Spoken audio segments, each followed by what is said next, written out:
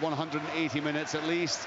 We've got 90 of them here tonight in Kirkcaldy. Starks Park is the venue for Raith Rovers against Ross County in the first leg of the Premiership playoff final.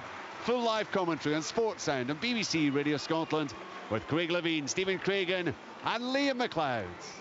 Thank you, Richard. The final few days of the 23-24 domestic Scottish football season, and here at the historical Kirkcaldy venue of Starks Park, a sodden night in the kingdom, as it is across much of the country.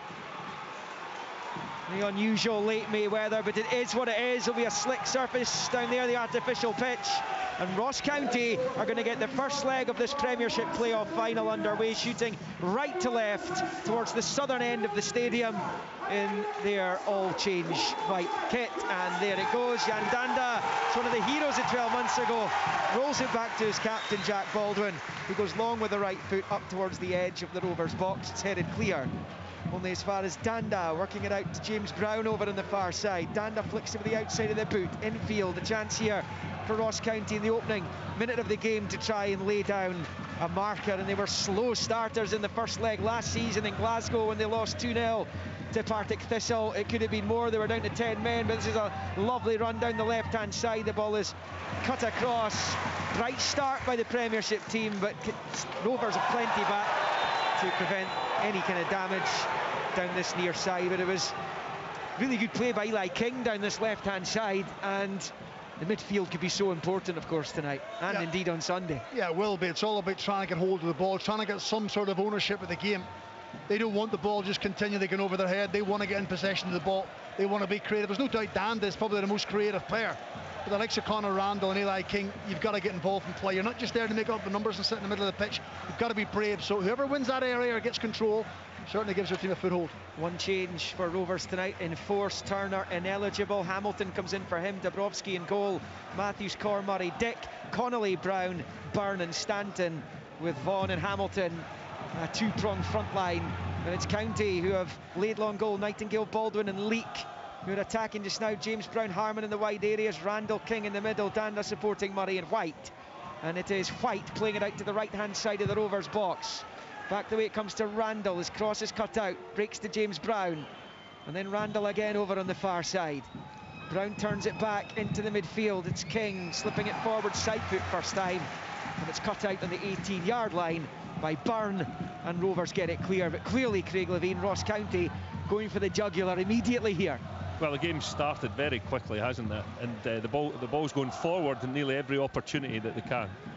Murray going after that. It's headed away there by Murray.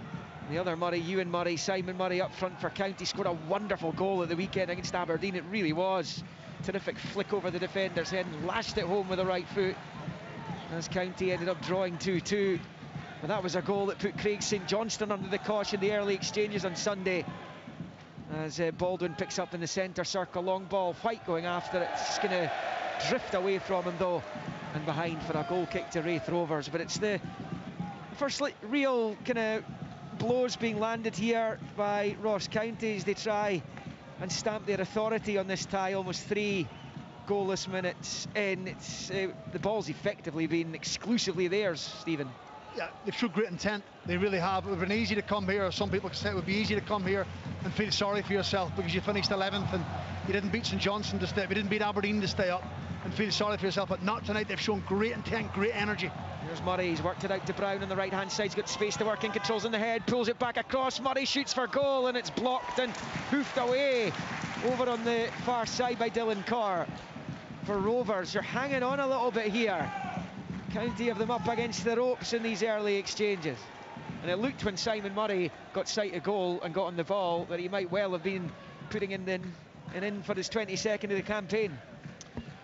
Yeah, I think that Don's got his team fired up for sure, and Raith need to just sort of play as calmly as they can through this period and not give a goal away. That's the critical moment for them.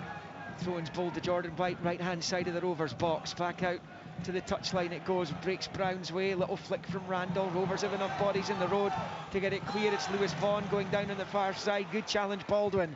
Here's Brown again, No, he's been challenged well by Stanton, and it's out for a throw-in over on that far side for Ross County.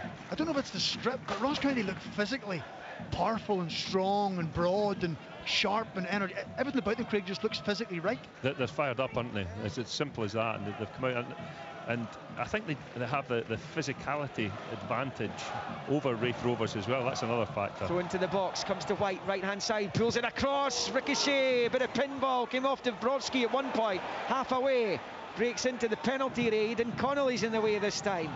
Brown picks up for County. They've got some zip about them at the moment, the Premiership side, but they've lost it in the right flank, and it's Sam Stanton driving forward, and then he blasts it into the County half, and it bounces off Baldwin and out for a throw-in. Was that a shot, Stephen, do you think? I think it was, yeah. Yeah. I mean, it probably tells you the desperate nature of Raith Rovers' start. Yeah. Well, I mean, he's just inside the County half, and he's trying to let fly there. Well, the fact that he's trying to shoot from about 80 yards or 60 yards, that tells you they just want to get up the pitch. They want to put the ball in the Ross County half just to relieve a little bit of pressure. And Craig's right, you want to ride this spell out, you want to make sure you get through it without conceding. On the flip side, Ross County know when they're on top, they have to try and capitalise.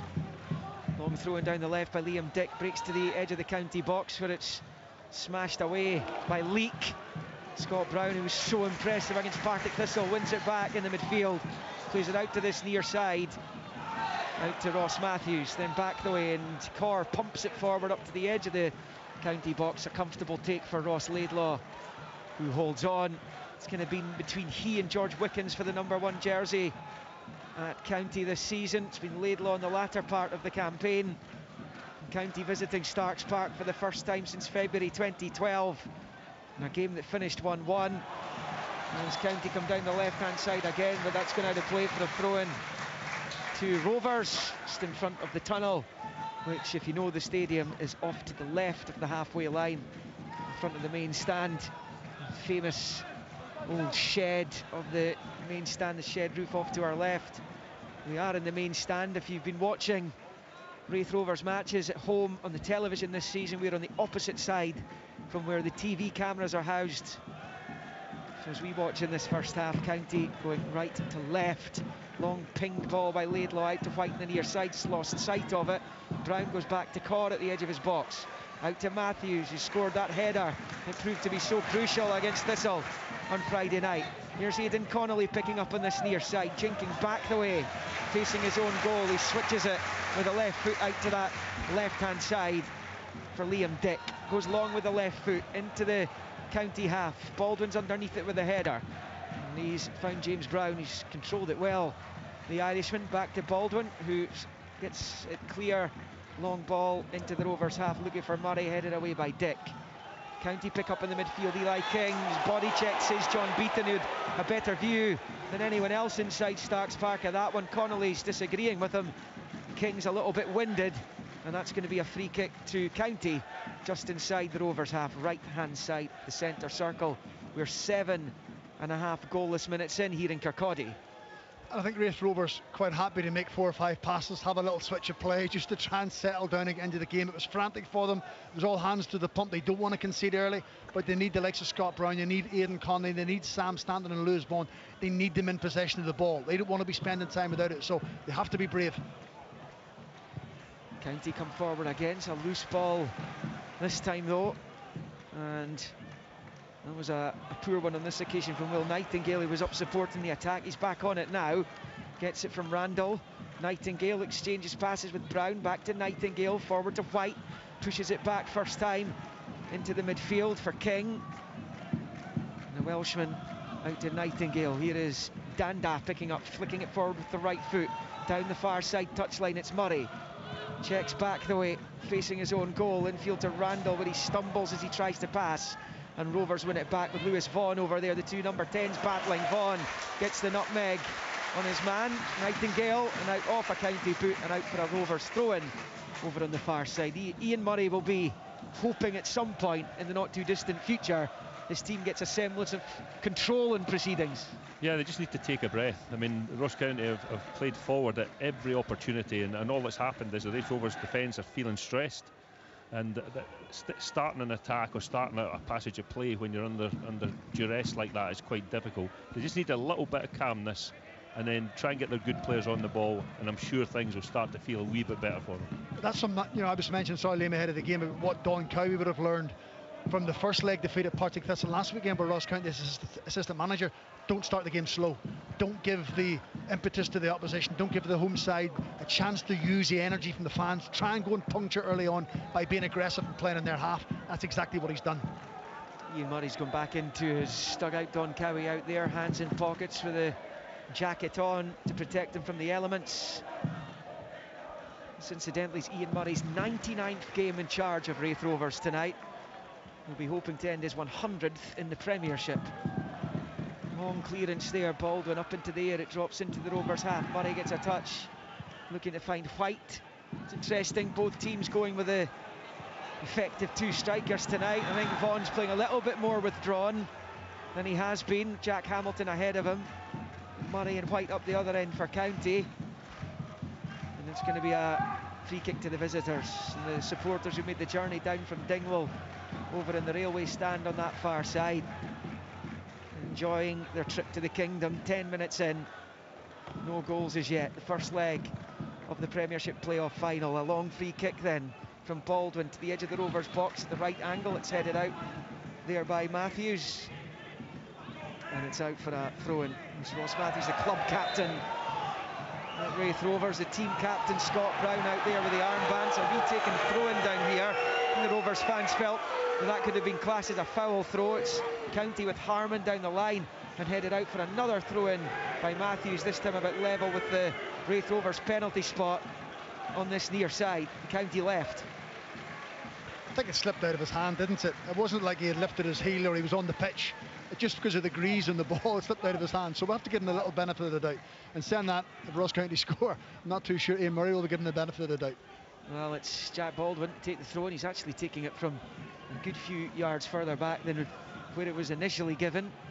Gives him a better run up, better trajectory potentially, and it comes into the box. Long throw, headed half away. King tries to knock it back in towards the 6-yard box, and Rovers get it clear.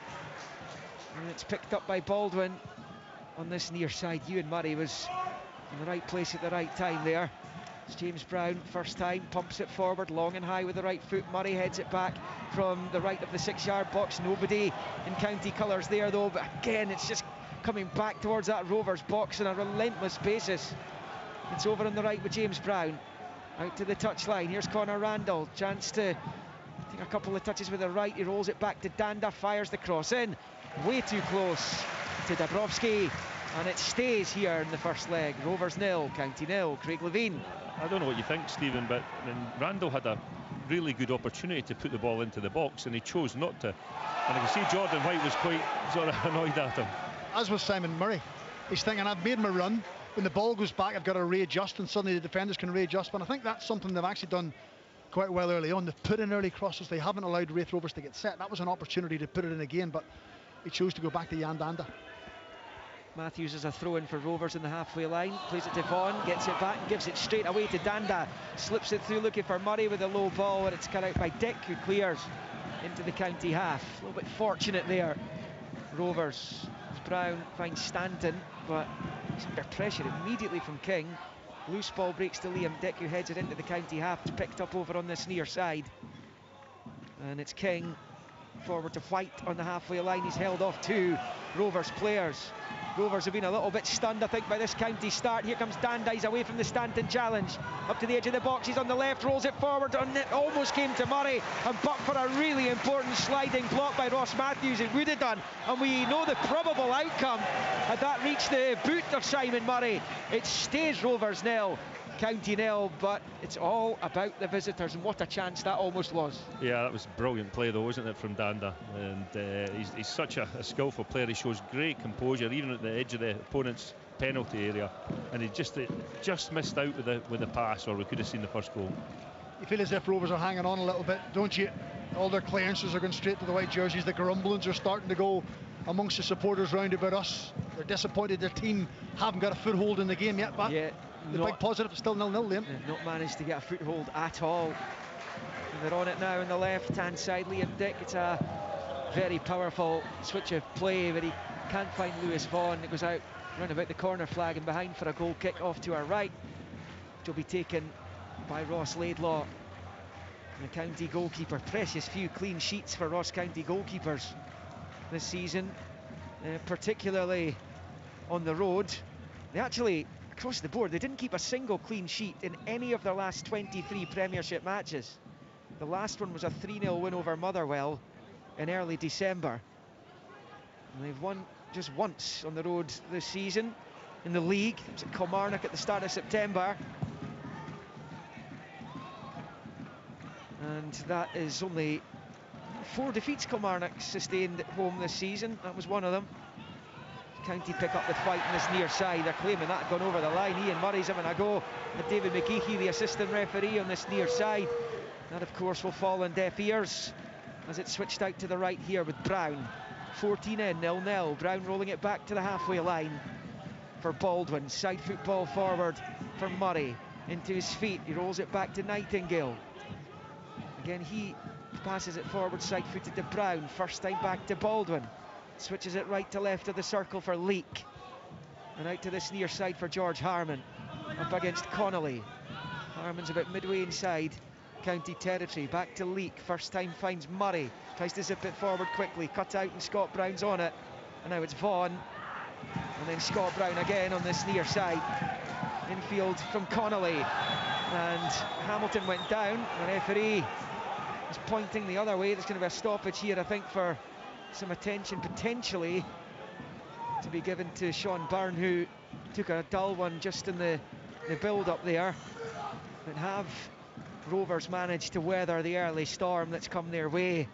And it has been, and Simon Murray was very close to getting on the end of a lovely ball from Jan Danda. Ross Matthews slid in to prevent Murray getting a clean shot and goal from 6 yards out. And he scored 21 times this season. Fabulous campaign. 16 of them were scored in the Premiership, which is pretty good going for a team sitting in the relegation playoff position. Brown slides in on this near side and it goes out for a throw-in to County. See, it wipes out George Harman. It will be a throw-in on this near side for Baldwin to take. No sign of the first goal as yet. And it's been difficult for Rovers. They've been a little bit dazed and confused as to the start that County have made here. They've been zipping the ball around. They've been making angles, making space for themselves. They've been winning all the battles across the pitch so far. And that's going to need to change if Ian Murray's side is to become the 4th championship team to come up through the playoffs since they were reintroduced 10 years ago when Hamilton beat Hibs in 2014. And the whistle sounds, and that will be a free kick up the pitch here for County. It's Harman who's gone down. He's taken a couple of tough challenges in the opening stages of the match. And they've got a free kick. And this is an attacking position, a couple of yards from the near side touchline, over on this near side. So a chance for Jan Danda to potentially put the Rovers defence under pressure here with this dead ball. Do you think that Ross County have the physical advantage? Yeah, I think it looks that way, doesn't it? You look at the 3 centre halves, you look at Jordan White, just physically powerful, aggressive, going to try and head the ball. Harman has joined Danda. Harman actually takes it left-footed, and Murray with a ghosted run in from nowhere heads it well wide. Kind of decent pick out actually. Murray got himself onto it, but you're asking a lot of anyone, even if you've scored 20 odd goals this season, to score with a header from what, 16 yards out. It was well passed. I felt it favoured Danda with the in-swinging ball. You could almost aim for that back post, put it in line with that back post and just ask your attacking players to run across it, maybe get a nick. I think an out-swinging corner means if someone heads it where like Simon Murray did, it's an awful lot of effort to try and get into the goal. Yeah, it's a fair distance, isn't it? You have to catch that absolutely perfectly. It's the Raith Rovers legend Scott Thompson, of course, the goalkeeping coach at Ross County. Tonight his son is part of the setup at Starks Park these days, one of the reserve keepers. And Rovers come forward, first time in a long time. Connolly on the right hand side, jinking infield on the left, is a bit level with the edge of the D of the County box. Onto the touchline, the cross comes in, and it's way too close and too easy for Ross Laidlaw, and it stays Rovers 0, County 0 on 18. It's been a good game, I have to say. The tempo's been great, it hasn't died. I think Raith Rovers will hope that the longer the game goes that they can take part in it a little bit better. I think the majority of the games they've probably played in this season, they've been the most dominant team, or they've had their fair share of possession. Tonight, it's a little bit different. So Ian Murray will be looking for something a little bit different from them. How can they cope with it? How can they fight their way through it and make sure they stay in the game without conceding? County just shy of 65% possession. It's actually felt like more than that. Rovers yet to have a touch in the opposition box. County have had 9 of those. Ross Matthews prepares to take the throw in on this near side. Pulls it forward, the header away by Leak. Up to halfway. Headed back forward by Matthews, off Leak again, and out for a throw in on this near side to Raith. Matthews over it. He has had his injury problems. We've spoken about Lewis Vaughan's injury problems, and he's had in the past a career haunted by injury. He's had a fabulous season, 19 goals for him this campaign. Rovers bowl it in, Matthews to Connolly, and now it's into the midfield. Byrne with a low ball out to Liam Dick on the far side. Back with Byrne. It's a Kirkcaldy boy, Sean Byrne, we're hearing from him before the match started, and the build-up on loan from Dundee, surplus to requirements at Dens Park, as Brown picks up to the right of the centre circle. Back the way it goes. Ewan Murray with a long ball forward, headed away by Leak. Danda, cushion header back to Nightingale, and then Eli King goes all the way back to his goalkeeper. Have Rovers steadied the ship a little bit just in the last few minutes? They've had a little passage of play there, maybe 5 or 6 passes, which, I mean, another 2 or 3 of those, and then it will settle their nerves. Long ball for County. It's over the head of White, headed away by Matthews, helped on its way by Stanton, back forward there by Nightingale, away by Dylan Carr, former Celtic youngster, then rolled out to this near side for Matthews. Clip ball forward, Connolly looking to run onto it, went over his head, down he goes. Free kick Rovers.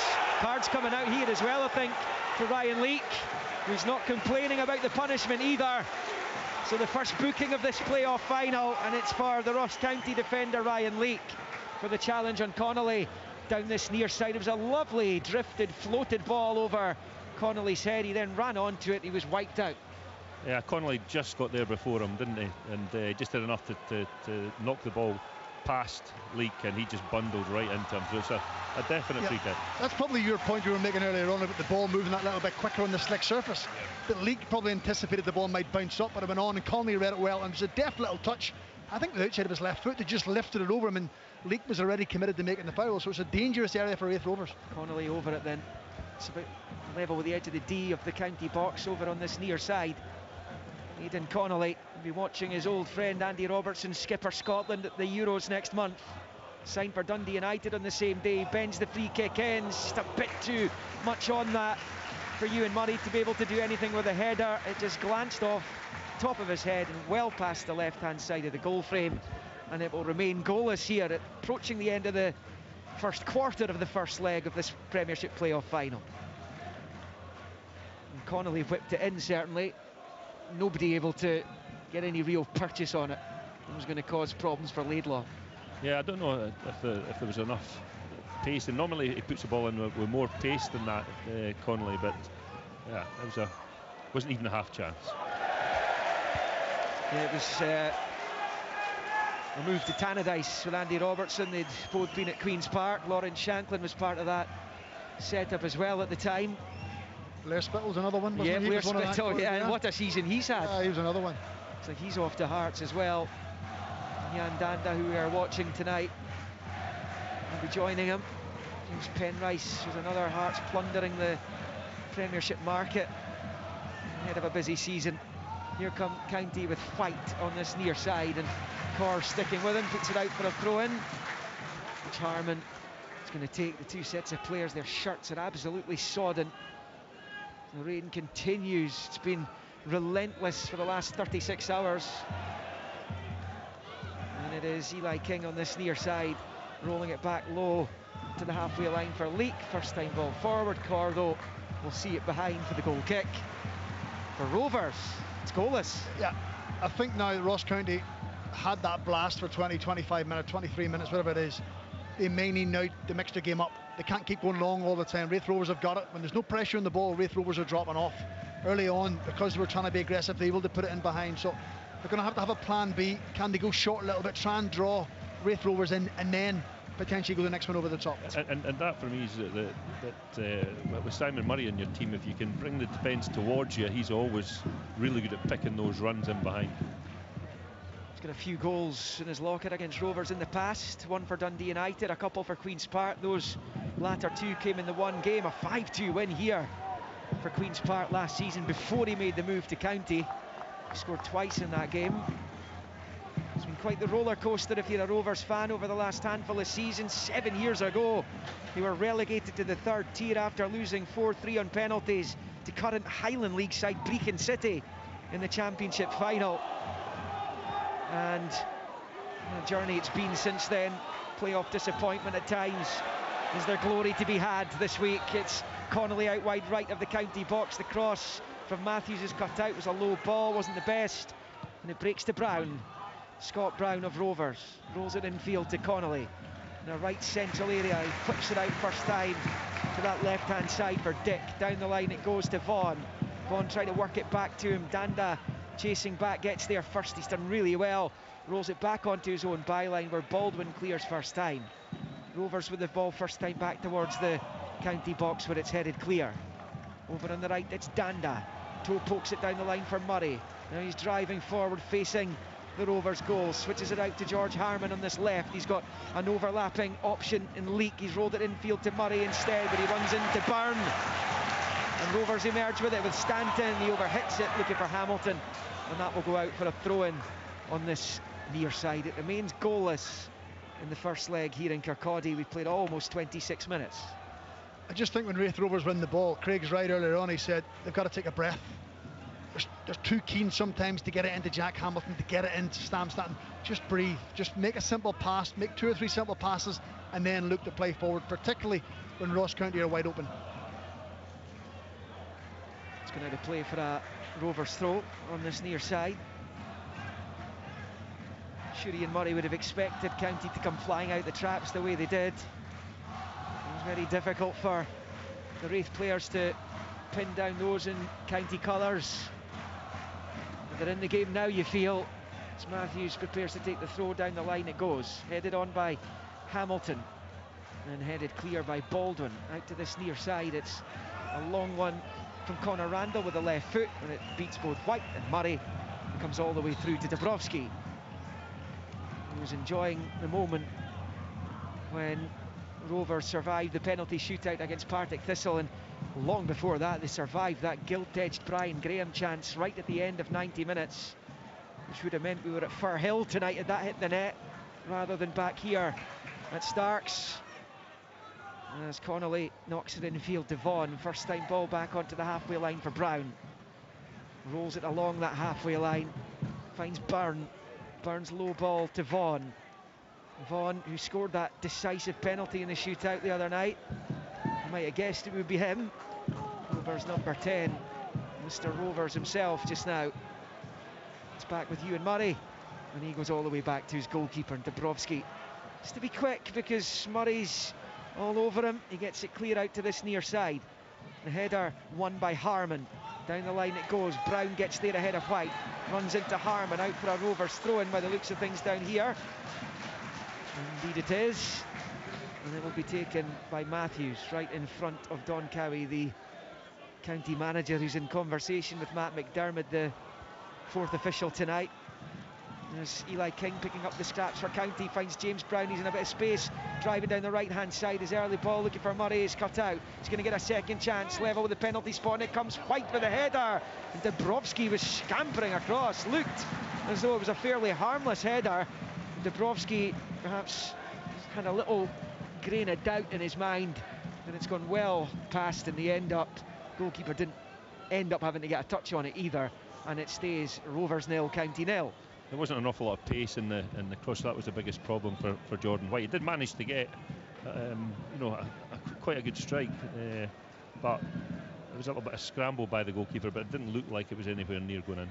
And it came down Ross County's right hand side where Lewis Vaughan is being asked to track James Brown, and he wants to play as a number 10 or a centre forward. He doesn't want to be chasing full backs into his own half, so he switched off for a second.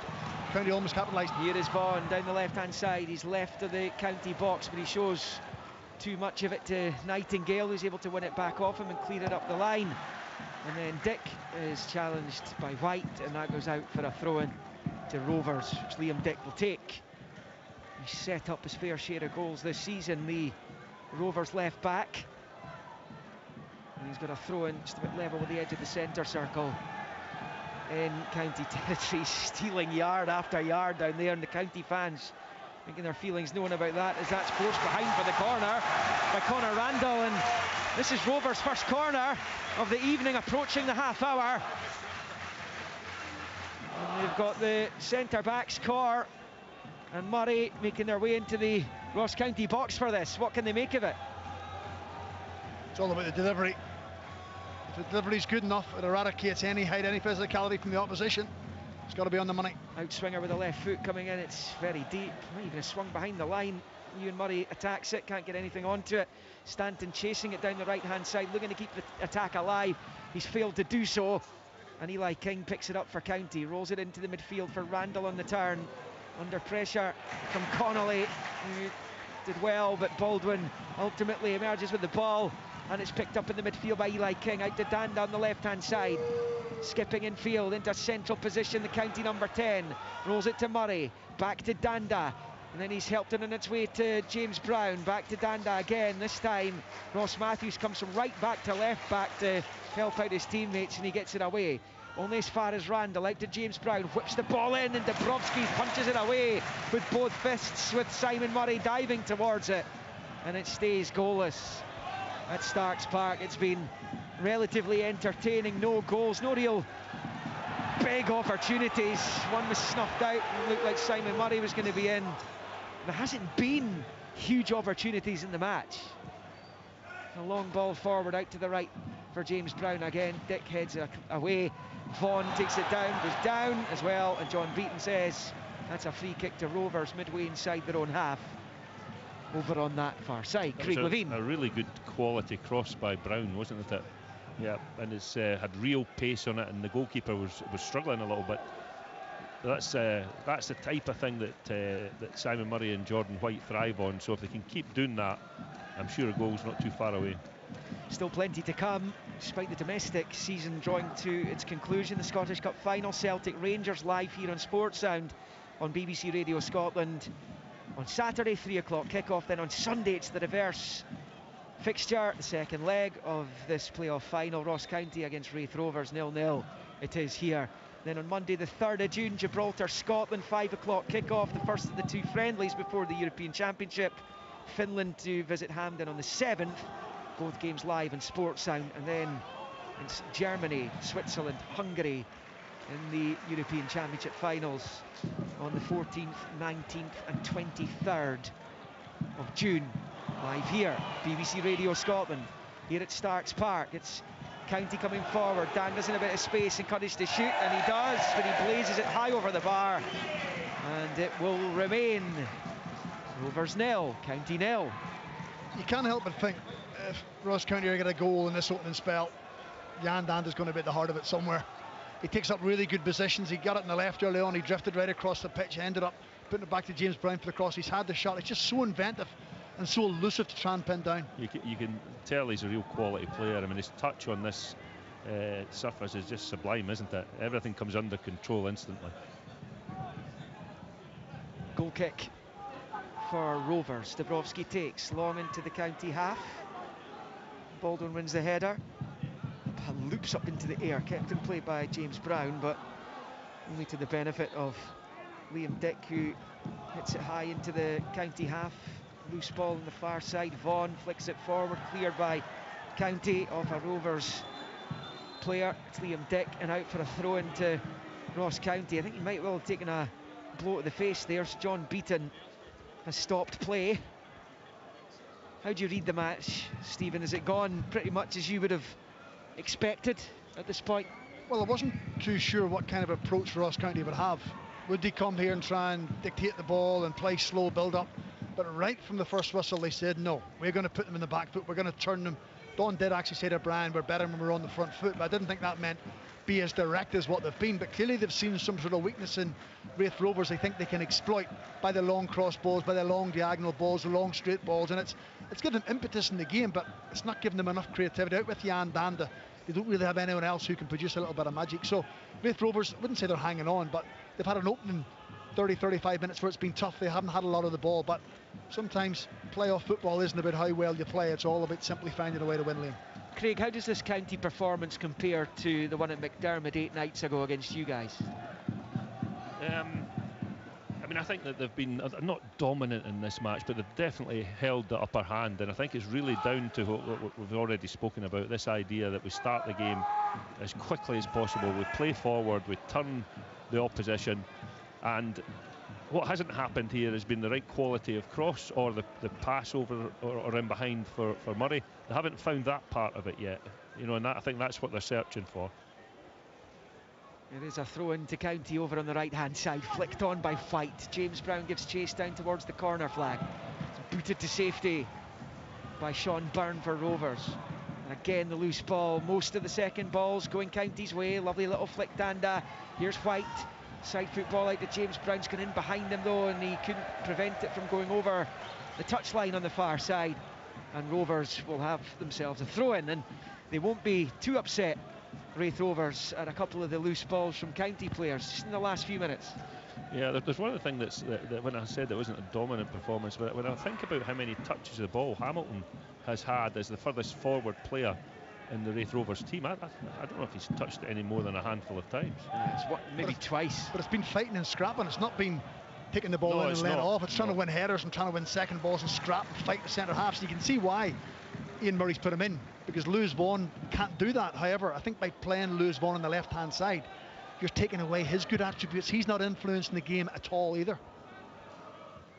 No, we did wonder how they'd set up. I suppose Sam Stanton, who might have been the option to play on the left of midfield, that's not his natural position.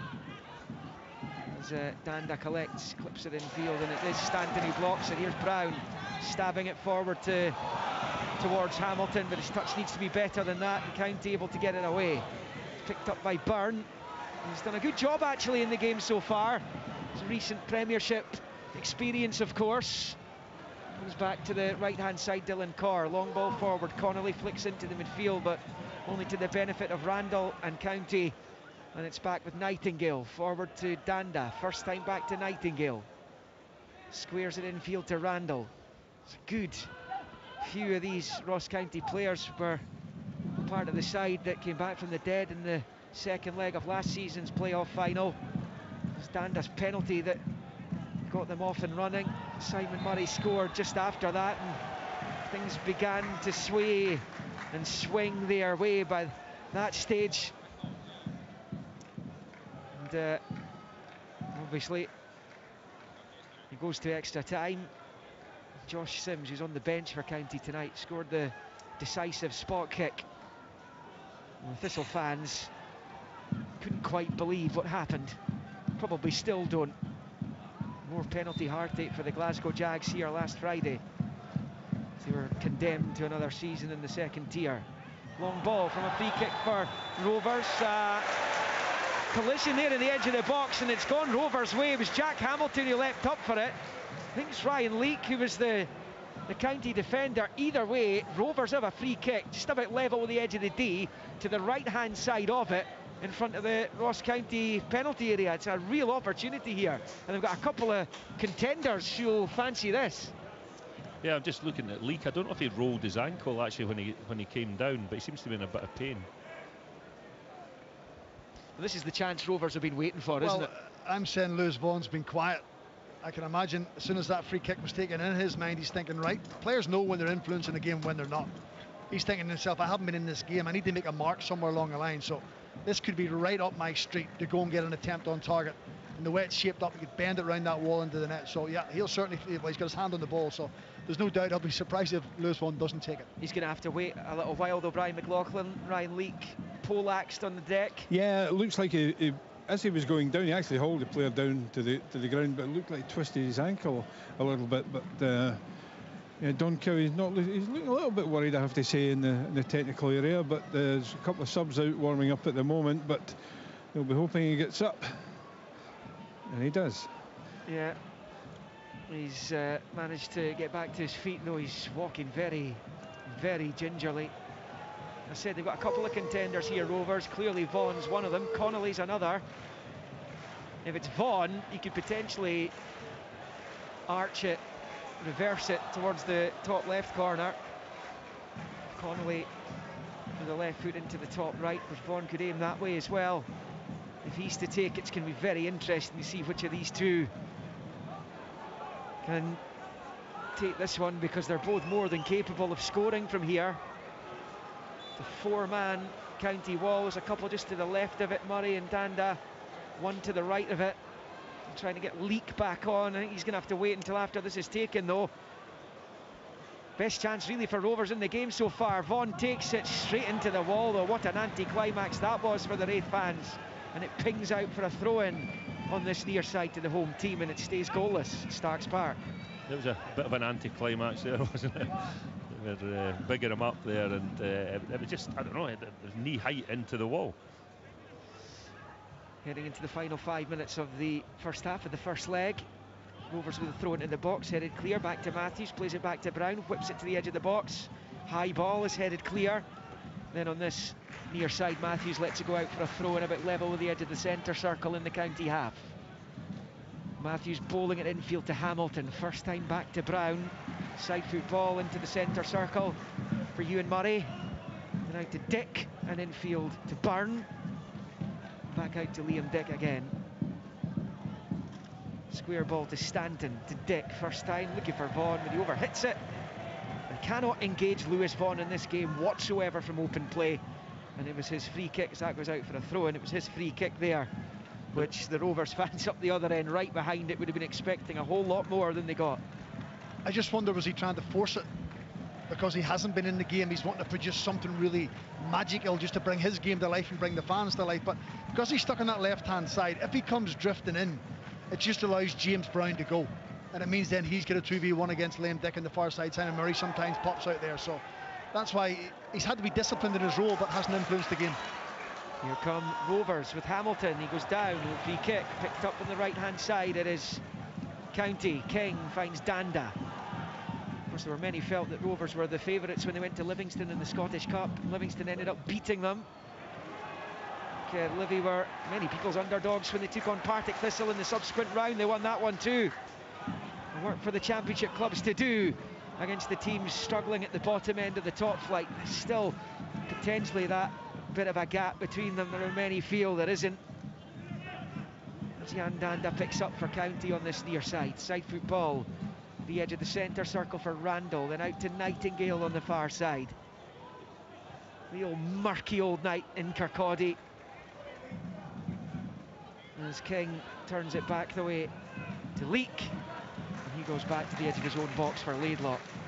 It was a balmy early summer's evening this time last year at Firhill when Ross County were struggling against Partick Thistle. 2-0 down to 10 men by this point in that first leg. It looked like they were going down as James Brown picks up on the right, level with the 18-yard line of Rovers, finds Danda, delicate chip ball in, headed away by Ewan Murray, it bounces off his own man Brown, and then cleared by Dick. Good clearance as well, it takes the pressure off as Baldwin is brought crashing to the ground by the former Livingston striker Jack Hamilton, and that will be a free kick on this near side for Ross County. It's 0-0, it's just over 2 minutes of the first half left. We'll get to Craig in a moment because here comes Harmon, crosses in. Murray tries to control, he's got his back to goal, he's still on it. Rolls it to the edge of the area. Nightingale snapshot, takes a deflection and goes behind for the corner to Ross County on this left-hand side. It stays 0-0. Really good striker play by Simon Murray there in the box. He is back to goal. He had the wherewithal to just knock it back to the edge of the area. And Nightingale's effort goes wide via the deflection. 2 to be added, Craig. Yeah, I'll wait till after the corner to...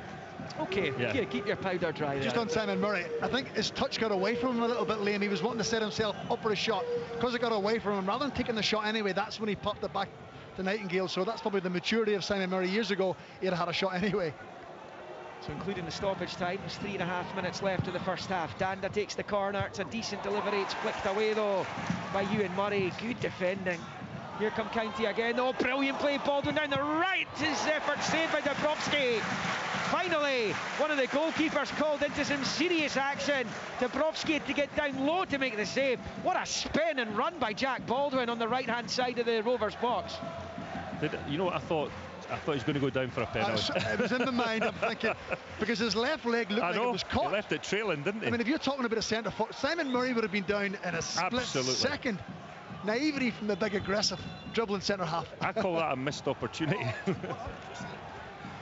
Will be a corner only then to County, and it was the unlikely figure of Jack Baldwin who was threatening to spectacularly open the scoring there. Outswinging corner coming up from Jan Danda over on the Ross County right as they attack the goal to the left. In it comes, it's headed away by Ewan Murray again. It's been a rock so far with these set pieces that have been coming into their penalty area. Here come County again, no offside, down the left-hand touchline. It's Nightingale, runs into trouble with the break of the ball, falls to Randall, rolls it back to King, and then he clips it in, looking for Murray, but commanding was Dabrowski, who holds on, races out to his 18-yard line, calms everything down as the 2 minutes added on at the end are confirmed by Matt McDermott, the fourth official, and it remains Rovers 0, County 0.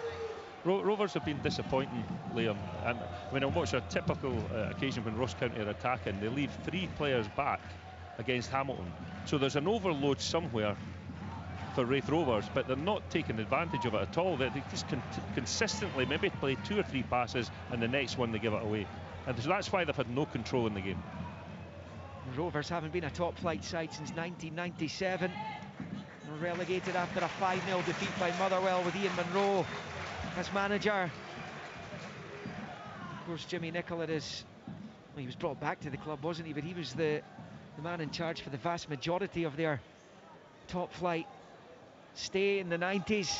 Of course, the man who led them to that famous League Cup victory over Celtic in '94, which they will celebrate the 30th anniversary of later this year. Richard's shaking his head. Incredible how time simply flies by. And Gordon Dalziel here taking the adulation of the Rovers fans the other night, one of the big heroes of that famous Rovers afternoon at Ibrox. It's fun to see Gordon in the gym 2 or 3 times a week, and a day hasn't gone past where he hasn't failed to tell me about it. Oh, yeah. So yeah, so that's called living in the past. Yes, he wasn't exactly well received by the Partick Thistle fans here the other night though, where he was loving it. Here's Byrne for Rovers, pushing it forward to Hamilton, the last knock-ins of the first half. Connolly has it on this near side, rolls it out to Scott Brown on the touchline, side foot ball back the way into his own half for Ewan Murray, who's, as I say, been excellent for Rovers at the back as John Beaton brings to an end the first half of the first leg. No goals. Don Cowie's up the touchline taking a swig from his water bottle. Sodden night in Fife, and first leg which has been all action but with precious few chances. County have been on top for large spells of it. Jack Baldwin at their best chance late on in the first half. His turn, run and shot was saved by Dabrowski. Murray's had a couple of slight opportunities in the area. Ross Matthews preventing him getting a clean shot on goal quite early in proceedings. Rovers have not really been able to land a glove on Ross County at this stage, but it is still early days in this playoff final. Half time at the first leg at Stark Sparks, a quarter of the way through, and it is Raith Rovers 0, Ross County 0. On digital radio, online at BBC Sports Scotland, or play BBC Radio Scotland Extra on your smart speaker or BBC Sounds. This is Sports Sound. Scottish football lives here. What a goal! Join Andrew Cotter for a football miracle that's a century old. Falkirk broke the world record transfer fee and, barring a Qatari takeover of Airdrie or Cove Rangers, will surely be the only time this record is broken by a Scottish club. The story of when the transfer gods smiled on Brockville Park. They had this weird and wonderful plan of going down to London and making an offer for Sid Buddyfoot. My vision is to deliver the Scottish Cup. What a difference Buddyfoot could make to help us bring back glory to Falkirk. Scotland versus the world. When Scotland broke the world transfer record. Monday from noon on BBC Radio Scotland. You're listening to Sports Sound with me, Richard Gordon. Goalless in Kirkcaldy, half-time. The rain still continuing to tumble from those leaden skies around the stadium. We'll get further from Craig and from Stephen shortly. Let's head down to Brian, just been joined by one man who'd love to be out there tonight, Kyle Turner. He would be. Kyle, you'd love to be out there, wouldn't you? I'm not sure what team you'd be playing for, though. Yeah, obviously it's a funny situation to be in. Never been before, so I don't think there's been much in the game, to be honest, in the first half. It's kind of two teams trying to work each other out, but hopefully second half might come alive a bit more. County certainly started on the front foot, didn't they? And the message obviously come from Don Cowie to start well and try and put Raith under a little bit of pressure. Yeah, I think obviously being the SPL team, I think they've come here and try and set an example early, and I thought they'd done that after 10-15. I don't think we couldn't really get out, and then Raith came into it in the last 20-25 minutes there, so it's been an even game so far.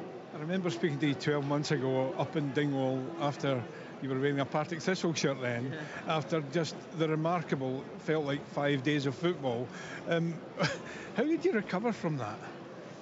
I think obviously many people have asked me the question before, and it's you need to have setbacks in football. Obviously that day was a tough one to take, but I think now you look at it again, I've got another playoff final, even though it's against my team that I'm on loan from. It's weird, but I was glad to get here for the boys, and we've done great since I came in January. They'd done brilliant before that to get in the position they were, and we fell short of winning the league title, but getting to the playoff final now, and their aim obviously is to try and get into the Premier League. What was the spark at Raith Rovers when you arrived here? What could you see within the squad? I think it was just a confident team. You had a team that scored so many late goals as well, and to win the games, and that's why we were top of the tree at the time, or 1-2 points behind Dundee United, and I think you've seen that. We won 20 games in the league this year. It's really good in the Championship, because you know how tough the Championship is, and I think we took that. We obviously dug it out against Thistle on Friday night in penalty kicks, but that's football, and now it's the final now. It's pretty evident as well that the crowd have got behind the club, because at the start of the season, if somebody had said to you there'll be 6,500 here or 7,000 come end of May, you wouldn't have believed it.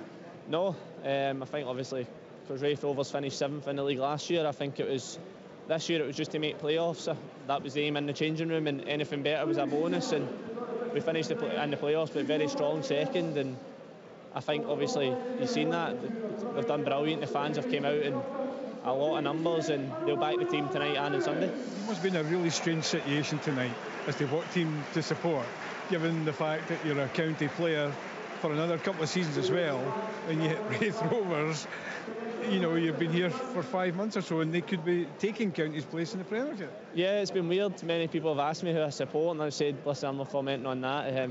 I'm under contract at Ross County as well, so it's an uncomfortable position to be in, but listen, it's part of football. It happens sometimes. I don't think it's happened many times. I think it happened to Lewis Vaughan once with Raith and Dumbarton, so I think it was just for me to come and watch the game and still enjoy it and see what happens. You be in Dingwall on Sunday?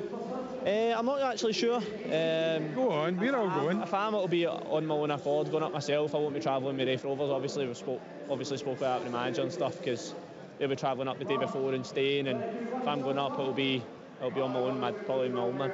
Yeah, we'll maybe see you there. Thanks again. Thank you. Kyle Turner, I mean, it is a remarkable turn of events, isn't it? So last season in the final, playing for Partick Thistle against Ross County, he signs for Ross County, and then of course out on loan and has been playing his part for Raith Rovers, ineligible to play this evening against his parent club. In the SWPL 1 relegation playoff final, it is Dundee United 0, Kilmarnock 1 early in the second half. Abby Robinson with the only goal so far in that one. It's one goal more than we've managed, and in truth, Stephen Craig, and it hasn't looked too often like we're going to see the scoring being opened up. It hasn't, but it looked more likely if there was going to be a goal, it was going to come from Ross County. I just wonder, did they surprise Raith Rovers by their approach? Did they surprise Raith Rovers with the quality and the speed and intensity that they played with? Because it took Rovers 10 or 15 minutes to grab a breath.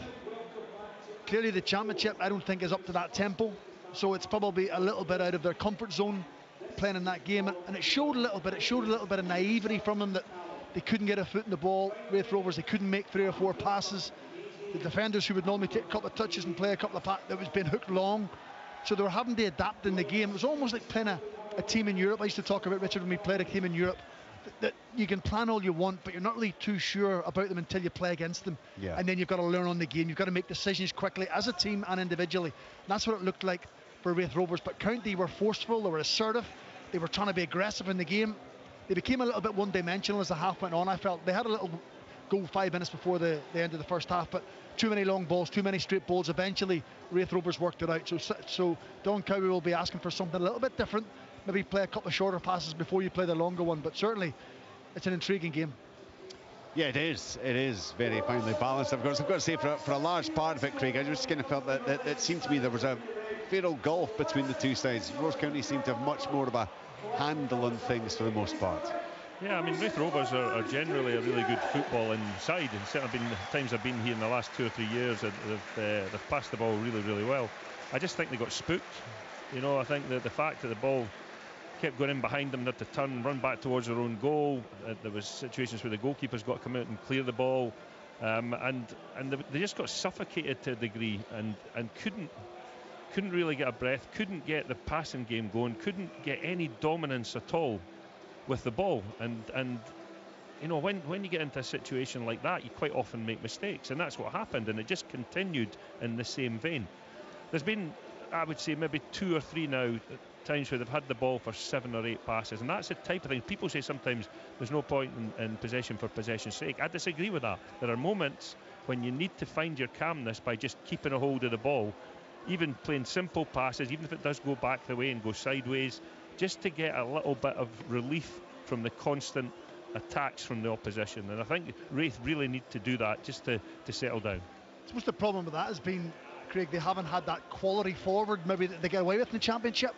You know, Jack Hamilton's had to fight and scrap, and Lewis Vaughan's had little involvement, and Aidan Conley's had little involvement. So the next step for them is to try and get a little bit better quality going forward.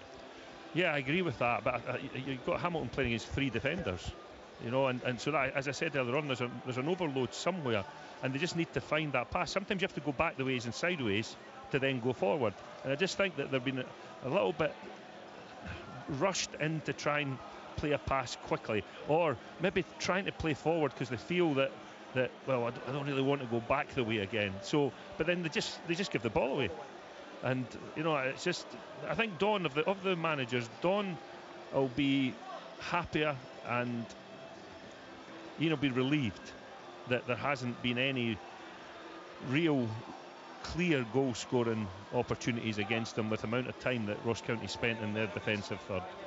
What perhaps hasn't helped Raith Rovers in that respect is Lewis Vaughan's positioning. He's playing out wide left, Hamilton through the middle. You're not seeing the best of Lewis Vaughan under the circumstances, it seems. No, you're not. And it's as if Ian Murray's picked possibly his 11 best players and tried to fit them into a formation, rather than actually picking the formation and then putting players into the positions where they play their best. Lewis Vaughan probably either a centre forward, out and out centre forward. I think it'll be a tough night as a centre forward, but his next best position is the number he's wearing on his back, that number 10 role just in behind the centre forward.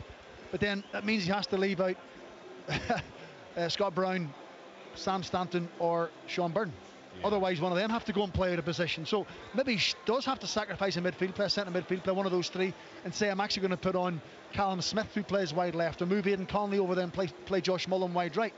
Because at this moment in time, your most influential player and you're probably your best technical player has no involvement in the game whatsoever. Well, here's the thing for you, Stewie.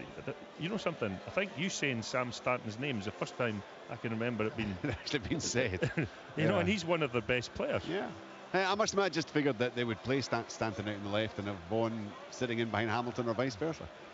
That's not the way Ian Murray has seen it. It'll be interesting to see if he decides to alter things at the interval. Dundee United have levelled in that women's playoff final. Georgie Robb has scored. It's been played at the Falkirk Stadium. Dundee United 1, Kilmarnock 1. It's goalless here.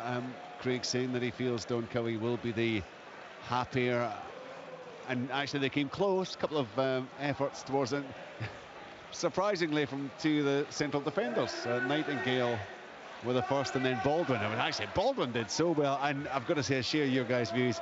It was, I hate this if somebody clearly dies, but it looked like he was clipped, and he decided to stay up. But look, he the sight of the goals in his whites of his eyes, Craig, and he decided to go. I'm telling you, and I think you mentioned it, I think if that's Simon Murray, it's a penalty kick. Because he goes down. Because he knows, and he would be waiting on the contact. Whereas these stupid centre backs, you know. The thing is, he didn't need to wait for contact. There was contact. No, I think there was contact. He tried to stay up. Looked at it was a big lazy leg. I don't even know who it was that put it out, but you would criticise. He'd probably criticise one of his own team, as one of his own fellow centre halves, Jack Baldwin, for putting that big lazy leg out in their defensive box. So I can't believe he didn't go down with it. However, he did stay up, and it was a good save by Kevin Dabrowski. But what will please Don Cowie? I know Craig says he'll be pleased. He'll be pleased by the approach. And that was a question I was sending Elaine during the game, and I asked you at the start, Richard, about Don Cowie. Yeah. It's only a learning experience if you actually do learn from it from last year. And his team looked like they've learned from it against Partick Thistle first half last season, and he's learned from it. He's thought, we're going to get at them, really going to chase them down and see if they can live with the intensity we play at week in, week out. And they've struggled for long spans, Raith Rovers. Do you know, I think that's quite interesting. There's another factor to this that Don has in his favour, is because he can genuinely talk to his players about, in his last 2 or 3 matches, they have played well. Yes. You know, so they're coming in, he can genuinely say to his players, we're coming into the playoffs in really good form. You know, because there's recent evidence of that. And I think that's something also that the players looked like they were playing with a little bit of freedom. I think he maybe talked to them beforehand about, we're the Premier League club, let's have a go. Let's have a go and see if we can get in front before we go back home for the second leg. I'm just watching Kevin Dabrowski there. I mean, he doesn't half play up to the fans, does he? He's come out himself.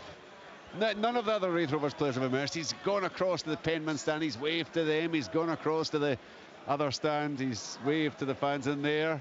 You're not having it, Stephen? No, not at all. It's like you said when you watched him on Friday night. I did as well. I thought he was looking for the cup that he had dropped that he had won on Friday night. They're celebrating, there's over-celebrating, and there's giving a little bit of medicine to the opposition to say, do you know what? We'll go and show him. I remember in playing for Hibs when I took the 20s at Motherwell, and he was quite emotional about the goals. Every save had to be like a World Cup save, and he rolled about the ground, and he hasn't changed. Of course, we need characters in football, but celebrate when you win something or when you're successful, not coming out for a second half when you're drawn 0-0. I mean, maybe he just wanted to come out early to get a little bit of warm-up done, which he is over there, but he did a kind of wee lap of honour first before going to the goalman. What did you call him? A character? He's certainly that. He's giant, and he's had a great season, isn't he? He's pulled off some magnificent saves. Certainly been important for Raith already in the playoffs. Right, the players are all back out now, not just Kevin Dabrowski. We're about to get the second half up and running. It's live here on Sportsound and BBC Radio Scotland with Craig Levine, Stephen Craigan and Liam McLeod. Well, these two were regular foes between 2000 and 2012, mostly in the second tier, but they also met in the third tier in 07-08. The first ever meeting between them was in August 94 in the League Cup, with then top flight Rovers winning 5-0 in Dingwall against County, who were enjoying their first season in the third division. And of course they celebrate the 30th anniversary of their ascension to the professional ranks this year, as Rovers get the second half underway, shooting from right to left, and they're all navy blue with white and red flashes. Ross County in the all white change colours with navy trim as that goes out to play for a throw-in on this near side for County. No changes for either team, so it's Dabrowski in goal for Raith, Matthews, Carr, Murray and Dick at the back. It's Ewan Murray, of course, Simon Murray up front for County. Connolly, Brown, Burns, Stanton, Vaughan, with Hamilton leading the line. County, Laidlaw in goal, Nightingale, Baldwin, Leake, James Brown, Harmon are wide, Randall and King in the middle, Danda supporting Murray and Jordan White as that comes all the way back to Dabrowski. Rovers shooting, as I say, off to our left in this second period. The visiting fans tonight are in the railway stand over on the far side. We are in the main stand, the opposite side of the stadium from where the TV cameras are housed. If you're trying to visualise Starks Park on the wireless tonight, as that long ball for County goes sailing behind for the goal kick, and Rovers will be hoping that County don't start like a train as they did in the first half. And it's back with Kevin Dabrowski to take this goal kick. Liam, I don't think anybody has taken 2 touches on the ball since the restart. It's just like table tennis. Yeah, it's quite a tentative fixture, this one, isn't it? The best of times. Closest Rovers have come to getting back to the top flight before this was finishing third in 1998, second at Dunfermline in 2011, and the playoffs in 2021 when they lost out to Dundee in the semis, having beaten the Pars in the previous round. As Rovers come down the left, Stanton level with the 6-yard line. It's pulled back and behind for the corner. And this is a good start for Rovers here, of course, shooting towards that packed family stand off to the left, the southern end of Starks Park. And an opportunity here for Aidan Connolly to put their first corner of the second half into the County box. It's a group of players to the right of the penalty spot for both sets of teams, as Connolly with a left-footed outswinger into the area is headed away out to this near side. It was a good header by King as well, as County come forward down the right. It's going out of play. Sorry, it was Leak with a header as Jordan White chases down this near side. He can't keep it in play, and it goes out for a throw-in to Rovers. And a bright start for them at the start of the second half of the first leg. Who will be making up the Premiership's run order next season come the close of business in Dingwall on Sunday afternoon? Liam Dick with a long throw-in down the line, headed infield there and cleared. It was Jack Hamilton nodding it into the box. County get it away, it's fired forward. Simon Murray will chase, still in cars there, trying to chaperone it back to his keeper, and in the end he knew Murray was ghosting in behind him. He had to knock it out for a throw-in. Thumbs up from the keeper. If in doubt and all that. What was he doing? Why didn't he just stay where he was, let his defender get pass the ball back to him? He's come running out and caused a whole load of confusion. Yeah, well, that could have gone badly wrong. We've seen it go badly wrong in the past. Ryan Leak trying to get on to it meantime, over on the left-hand side, just keeps it in play. First time left-footed ball down the line, and it'll be cleared by Carr into the midfield where Randall heads it forward. It's another header from Carr, and then Scott Brown with the up and under into the County half. Here's Lewis Vaughan getting onto it. He's got it into the path of Aidan Connolly down the right. Hamilton making his way into the box. Connolly, he's gone for the far corner. He's not far away either. But behind for the goal kick. He's tried to arch it past Laidlaw. 2 giant goalkeepers in action tonight. Laidlaw dived to his right and he's relieved Craig Levine and Stephen Craig, and to see that flash by the outside of the post. Yeah, he just wondered what he was going to do when he broke away down that far side, Connolly, but he's cut back in onto his left foot, and we can't tell from here how close it was to nestling in the net, but it's the first really decent effort from Raith Rovers. I have to say, it just whistled past the post. There's a big pole right in front of you. I'm just to the right-hand side of it. Just whistled past. I think when Aidan Connolly picked the ball up, that was always his intention. Left-footed, wanting to come in, open the goal up for himself. Just a little warning sign for Ross County. If you overcommit, you make bad decisions, you leave yourself exposed. James Brown for Simon Murray at the edge of the box. It's going to break back here, and a deflection just wide. That's not far away. They're claiming handball. Oh, was it King who got the final shot in there? There was a couple of County players at a go, but there are a few swarming round John Beaton, adamant that this has come on off a Rovers arm. Well, I know referees say they don't always go by the player's reaction, but there was 2 or 3 players rushing towards John Beaton. I think it was Ewan Murray that went for the block. Championship players aren't used to the VAR, not involved in their game, so you can't go with your arms all over the place. Make yourself bigger, so it'll be interesting to see. Yeah, well, he's chatting to Alan Muir, the VAR, who's on site this evening. So a little stoppage in play here. Brian McLaughlin's our pitch side reporter. Hopefully Brian will get a look at a replay of it at some point. There's a nervy little moment coming up for Raith Rovers here, Brian. Yeah, I've just had a couple of looks at it there, and the ball certainly strikes the arm. I think it was Ewan Murray whose arm was out, and this is going to be a difficult one to decide, because the ball, it was at an angle. Ewan Murray was trying to get his body down to clear it, but his right arm was certainly out as well, and it appeared to hit his right arm, and it wouldn't be too much of a surprise if John Beaton is asked to go and have a look at the monitor. Well, the stoppage continues. John Beaton's walking away from the scene, and he's going to go and have a look at it himself. And is this the first blow about to be struck in this playoff? John Beaton goes over to the monitor, which is over on the far side in front of the railway stand, and this is the first big moment of this playoff. And is it about to go against the side chasing promotion?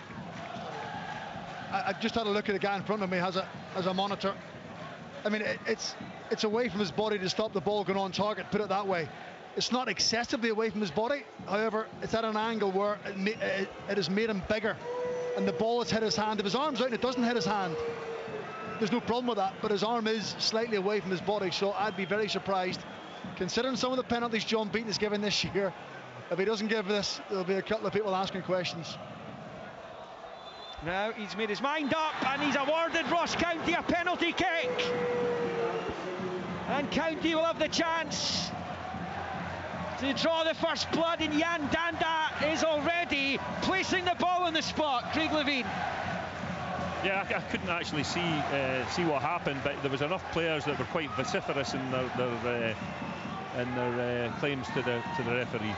Jan Danda then, who scored in the second leg of the playoff final last year. It was County's first, the start of their great escape. Danda against Dabrowski, right-footed, off the post, but in! It bounces off the right-hand post and nestles in the left corner of the net. And Jan Danda, who's leaving the club in the summer, might have just produced a big leaving gift for the Highlanders there. It is first blood to the Premiership side, and it's Raith Rovers 0, Ross County 1 in Kirkcaldy. Well, if you meant that, that's the best penalty I've ever seen. It's at the inside of the post, high up, and shot across into the far corner of the net. That was risky, wasn't it? Well, we spoke ahead of the game, Craig, and you said the game or games could be decided by a moment of brilliance, a mistake. We didn't mention VAR. I forgot about that. That was the only one we didn't mention, and I think when you look at it, based on how referees have been told to referee and give penalty kicks, that is a penalty kick. Is it excessively away from his body? No, it's not. But the ball is probably going on target. It's hit his hand to stop it going on target, so John Beaton was left with no option other than to give a penalty kick. It's a real turning point. Raith Rovers, they've shown a little bit of ambition at the start of the second half. What have they got in their locker?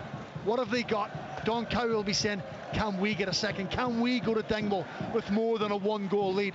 On the balance of play, I think they probably deserve to be ahead in the game without creating lots of open chances. Well, Jan Danda's 6th goal of the season.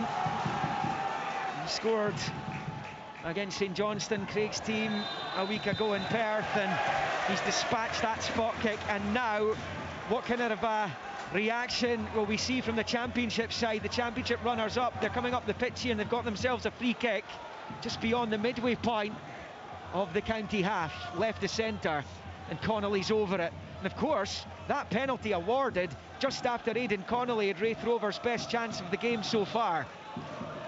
The Rovers number 11's over it, left-footed free kick, bends it in, it's headed up towards the edge of the box, clear. Byrne lofts it back in. Header away, completed by Danda after the initial header from Harmon. Out in the left, Connolly, first time ball in, headed clear again. Now it's with Brown. Has he got a moment of magic here? Right-footed effort off the post, but the ref's blown his whistle just before that. And then wonder if Scott Brown had another moment of magic. Two very fine goals, one in particular into that very goal frame late on against Dundee United in February. Also scored in the first leg of the playoff semi at Firhill. That one's bounced off the post, but in fairness, John Beaton had blown the whistle. Lots of boos coming from the Raith Rovers fans just now. It's the first time they've had to deal with the VAR, and it is one of these things you've got to try and get used to. The fans will have seen it in other leagues, of course. but it's very different when you are on the receiving end of it, Craig. Yeah, that's happened once or twice. Yeah, but it's frustrating because they can't see it. They don't know why or how. Should but listen, we could sit here and talk about this all night, but yeah, this is for the championship players. This is probably the first experience of it. Here come County down the left-hand side. Important moments in the tie. This for Rovers. Jordan White's onto it. He really should have done better than scuff a left foot shot into the ground, which made it a comfortable take for Dabrowski, and it will remain 1-0 to County for now. But these are really crucial times for Raith Rovers. They cannot afford, you suspect, despite what happened in the final last year, you just would fear for Rovers if they were to go 2 behind. That was a good chance for Jordan White. I think that's the one thing Jordan White doesn't have, is that natural instinct to finish. He'll get 5 or 6, 7 goals a season, but he doesn't get 13, 14 like he should. He gets plenty of opportunities. Well, Jack Hamilton looked clearly offside there, and the flag has gone up eventually. And again, that's another thing that the supporters dislike about the, not just VAR, but even before the video assistant was brought in, they have to let these moves come to an end, even if it looks completely and utterly obvious to everyone. It was so obvious though, wasn't it? You know, it was so obvious. And you could tell the referee's assistant, he was edging to get his flag up, but he's thinking, at what stage do I put it up? And up we go, and it almost brings relief. It brings relief for him to get it up, but it brings a little bit of frustration amongst the home supporters. 3 minutes shy of the hour in the Kingdom, and it's County with a 1-0 lead. It's flicked out for a throw-in by Vaughan on this near side. Just wonder how they get Lewis Vaughan more involved in proceedings. He found himself in a central position to set up Aidan Connolly for the chance to whip that effort just past. He's looking kind of a forlorn figure out in the wide area. There's Stanton battling for it. He's managed to pinch it on this near side. He's done really well, Sam Stanton. Little clip ball looking for Hamilton, and it's knocked out by Leake for a throw into Rovers on this near side. Sean Byrne over it. Looks as though he's going to leave it for Liam Dick. He's about midway inside County territory, the Rovers number 3. And he's looking for a bit of movement here. Kind of feel Rovers have to be at least level going to Dingwall on Sunday. Stephen, do you think we'll see Zach Rudden at some point? Well, it's not working up top for Raith at the moment, is it? You wonder, does Jack Hamilton need a partner beside him, and then potentially play Vaughan in behind, just something to try and give an extra bit of impetus, because Jack Hamilton's trying to run the line himself and win headers and flick it on and run after himself. He maybe needs a partner beside him, or as well as Lewis Vaughan in behind him. But I think Ian Murray's going to have to make a change somewhere along the line. He's going to have to make it soon, otherwise the game could be away from him. County in front. It's been 8 months since they won an away game. They lead the first leg of this final. Danda's spot kick. He scored from the spot with 20 to play of the second leg when they were 3-0 down last year. Murray and Harmon got the others. The free kick comes into the box. Laidlaw spilled it. It's only half a ways off his line, and it's blocked by Ryan Leake from Connolly. Connolly is outside the box at the right angle, and he's done brilliantly to control it. Low effort, it's on target, and but for Ryan Leake, it's 1-1. Corner only. That was a brilliant defending, wasn't it? I mean, it was actually a really clever attempt at goal as well by Connolly, but how Leake got there and managed just to nudge it past the post. Corner over on the far side for Rovers. Right footed, it's played towards the penalty spot. It broke to Ewan Murray, blocked. Half away, Jack Hamilton back out wide, and then smashed behind off the defender for another corner. And Dylan Corrs trying to whip up the Rovers fans behind Ross Laidlaw's goal. Good little spell this for the hosts, and it's actually been a decent reaction to going behind. And a chance here from another corner in swinger. That far side, bent into the 6-yard area. Laidlaw gets his fist onto it, and County get it half away through King. Picked up by Byrne, infield to Stanton, back out wide left for Brown. His attempted cross cut out by his namesake James Brown, the County number 4. you get the feeling that Raith really need to get their supporters up and behind them. Involved in the game. Yeah, because that's up to the players, isn't it? Because they haven't done well enough. This is what they waited for. A rallying cry, a little bit of a push, a gamble at times to get men forward. There's Vaughan at the edge of the box, flicking it back out, looking for Dick against James Brown, where it just bounces off him and behind the goal kick. It's better from Ian Murray's men. I mentioned in the first half, this is his 99th game in charge of Raith Rovers. It's the ton on Sunday in that second leg. Will he be celebrating or staring at another season in the Championship? County have their noses in front. And Danda penalty. It is Rovers on the ball, long from Matthews, but it beats everyone, sails all the way through to Laidlaw. Bowls it to his left for Ryan Leake. Knocked that one off the line from Connolly. Saw that incredible double goal line block by Scott Brown here against Thistle on Friday evening. Two of the best blocks of the season. They came within split seconds of each other. County have it with King out to the left. Danda fires it forward into the feet of Jordan White. He goes down. John Beaton has a long look at it. No free kick, but County still have it with Danda on the far side. Early ball into the box is cleared by Corr on the 18-yard line. Out to the far side. County get it back with Randall. He has looked at home in that midfield position these days. Full-back by trade. Saw at Liverpool and Hearts, and initially at County. Loose ball for Rovers, picked up by Scott Brown out to the right, low ball to Connolly. Back down the line, over on the far side to Matthews. Up the line for Scott Brown and then in field, but given away by Connolly. County get it back in the centre circle. They have it with Eli King. Rolls it back to Nightingale. Out to this near side for James Brown. To Nightingale. Just wonder, does Don Cowie go to try and get another goal or two and put this to bed tonight, and take all the stress out of Sunday? All day long. There's no point in sitting back and drawing teams onto you, and then suddenly you're level. You could end up losing the game, and it's through your own frustration, your own decision making. Absolutely. The message will be, let's get another one after that if we can. Danda to Nightingale. James Brown in space on the right, flicks it out to him. The Irishman on it, rolls it infield for Nightingale's in an attacking position here, the defender. Forward to White, he's got his back to goal, passes it short to Danda, but he's had it nicked off him by Vaughan. Early ball for Jack Hamilton to chase. Baldwin's the favourite, and he deals with it brilliantly well, and a diving header back to his keeper, Laidlaw. It is 1-0 to Ross County here on Sports Sound this Thursday evening, the first leg of the Premiership playoff final.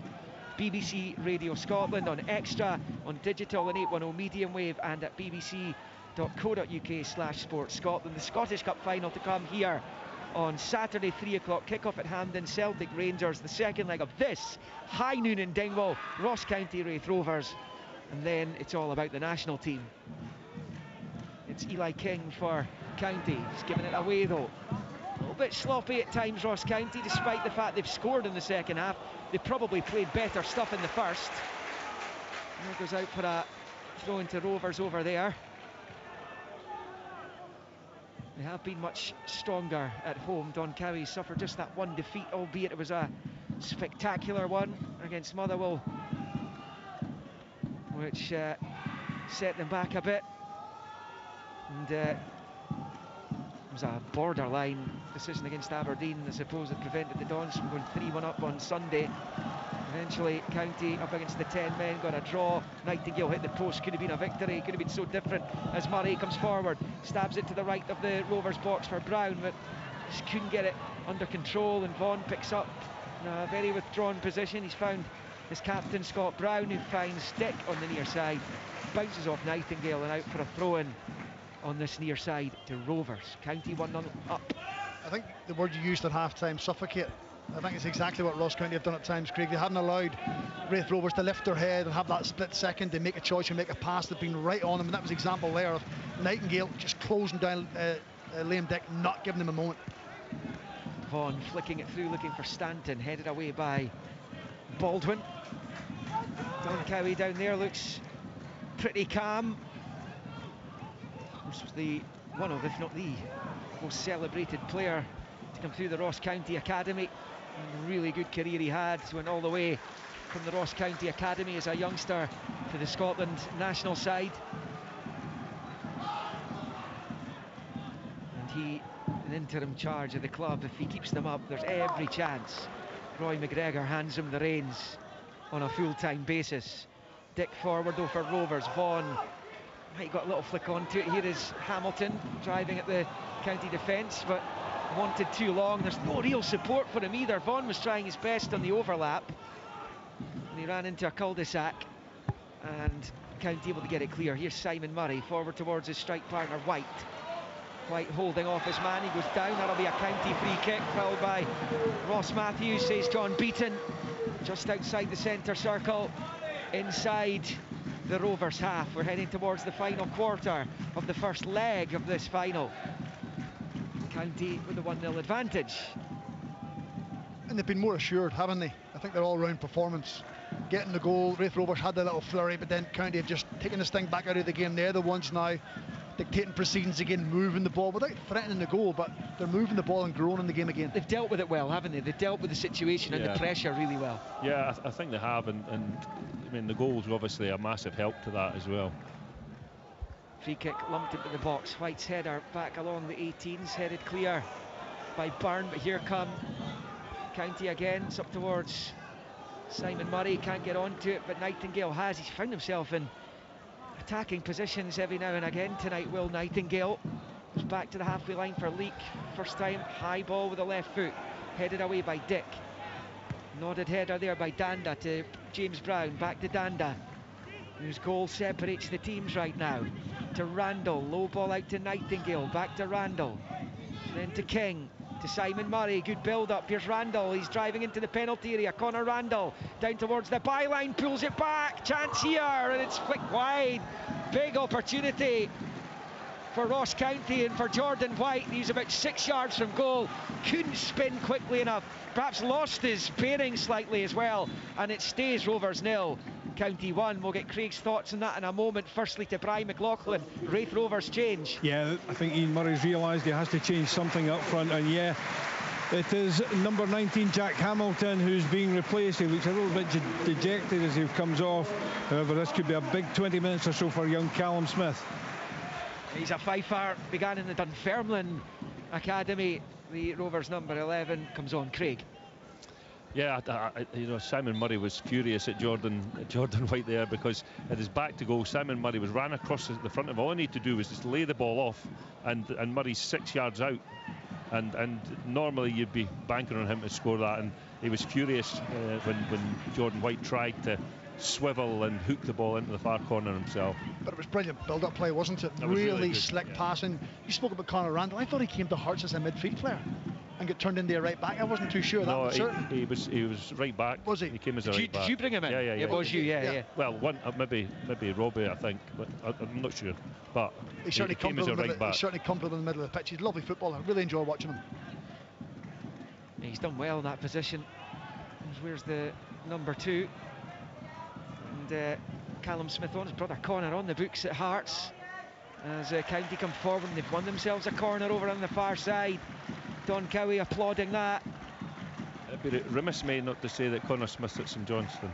Oh, he was. Yeah. So he's still in the books at Hearts? No. So you guys signed him permanently? Yeah. Of course, came on at the weekend. And it's going to be a corner over on the far side here for County, in swinging corner. Bends it in, it's a bullet header away, important from Ewan Murray again. And then James Brown out to the far side for Danda on the touchline. Now just outside the centre circle, it's James Brown, looks up, right-footed ball clipped to the left-hand side of the box, where it's flicked towards the 6-yard area and then not clear by Dylan Carr. Ian Murray making that first change. Will it have any kind of effect at all? Here's George Harman to Danda. It's a good spell for Ross County as they try and find that second goal. Danda slides it back out to the left. It's King onto the touchline on the far side. Good build-up play. Danda back to King. Now he's going through the gears down the left-hand side.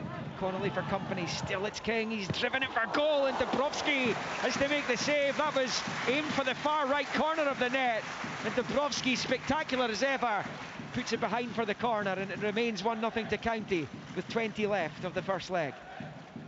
You can just see Don Cowie throwing his head down. He knows that's another opportunity. Jordan White had the one just before that. Eli King coming off the left-hand side and opening up for himself. Really is there. You feel as if a second goal is there for Ross County. They could just get that pass or that finish on the money. They just seem to be a bit quicker and a bit stronger, don't they? It's been a good performance by County, it really has. The sting right out of this. In comes the corner, the header's in! 2-0! 2-0! And it's the skipper, Baldwin, who heads it down into the ground past Dubrovsky. And Ross County have given their survival chances an almighty shot in the arm here in the Kingdom tonight. And it's their captain who doubles their lead.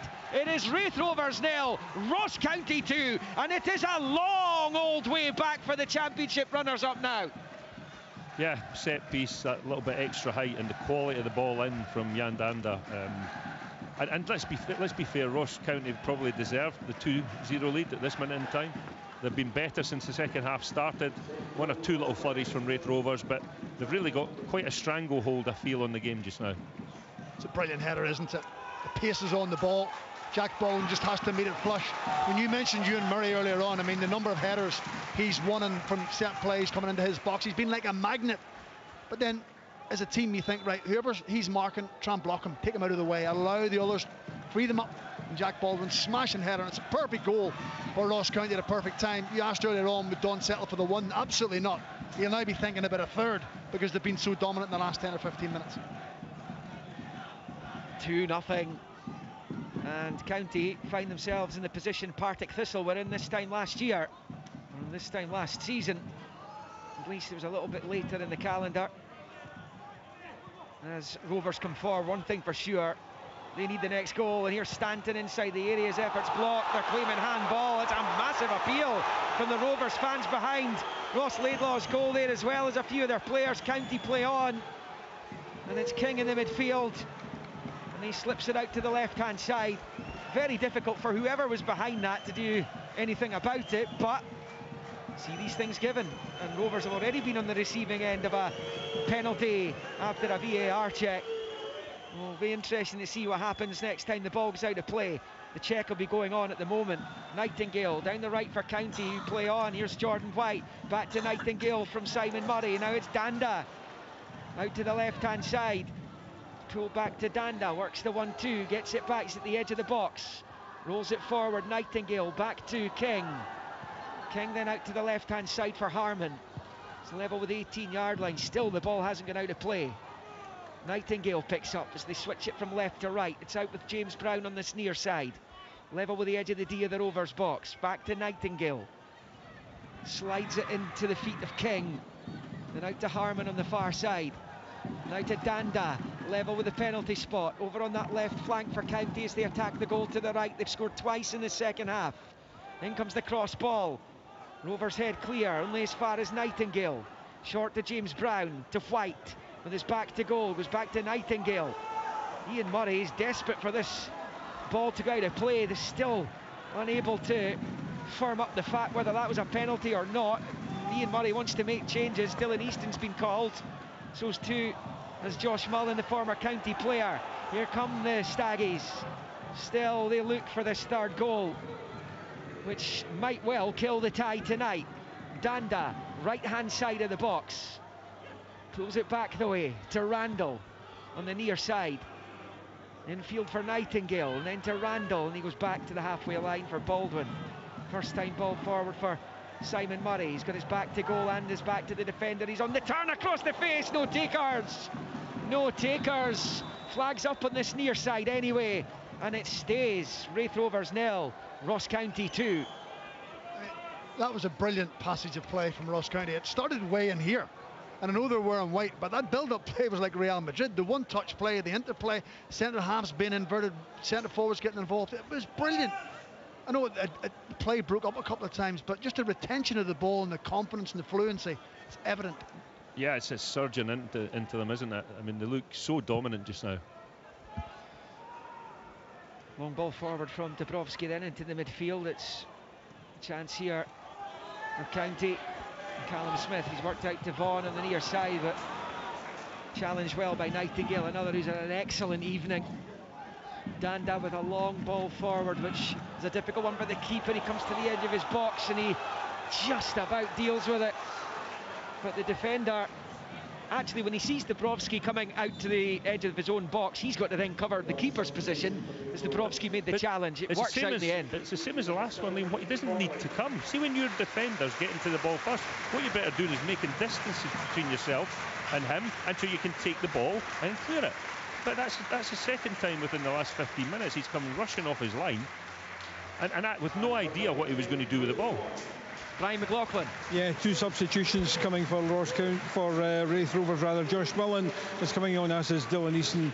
They'll be replacing Lewis Vaughan, and I'm not sure who the other player is actually. Aidan Connolly, I think it was. Yeah, Aidan Connolly's off as well. Yeah, so double change and no heroics for Lewis Vaughan tonight.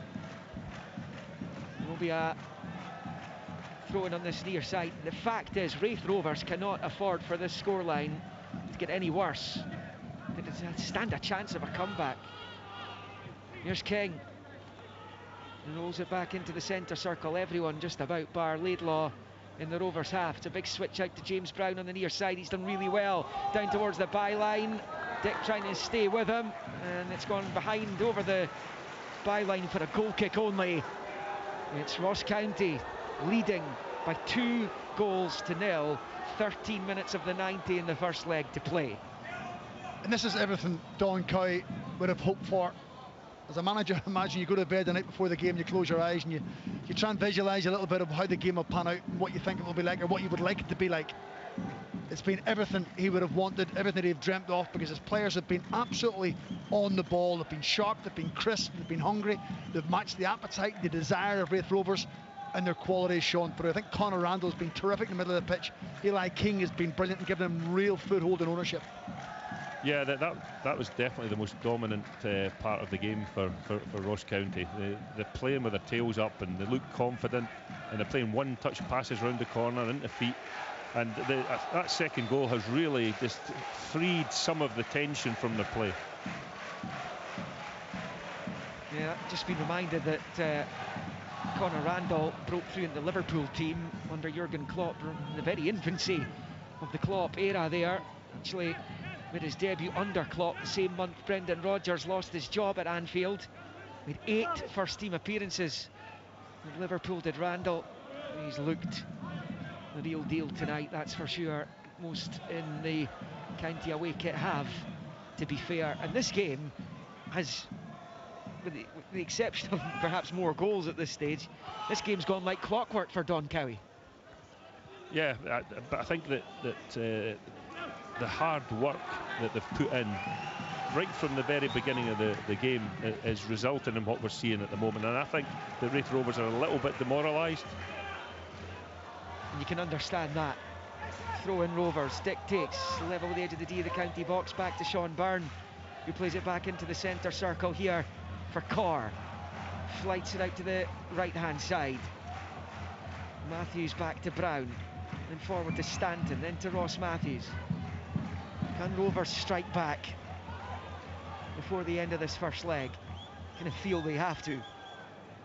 Long ball down the right-hand side for Josh Mullen, who wins the throw-in. He was pivotal in Ross County's title success under Kettlewell and Ferguson in 2018 as they came back up for the first time of asking.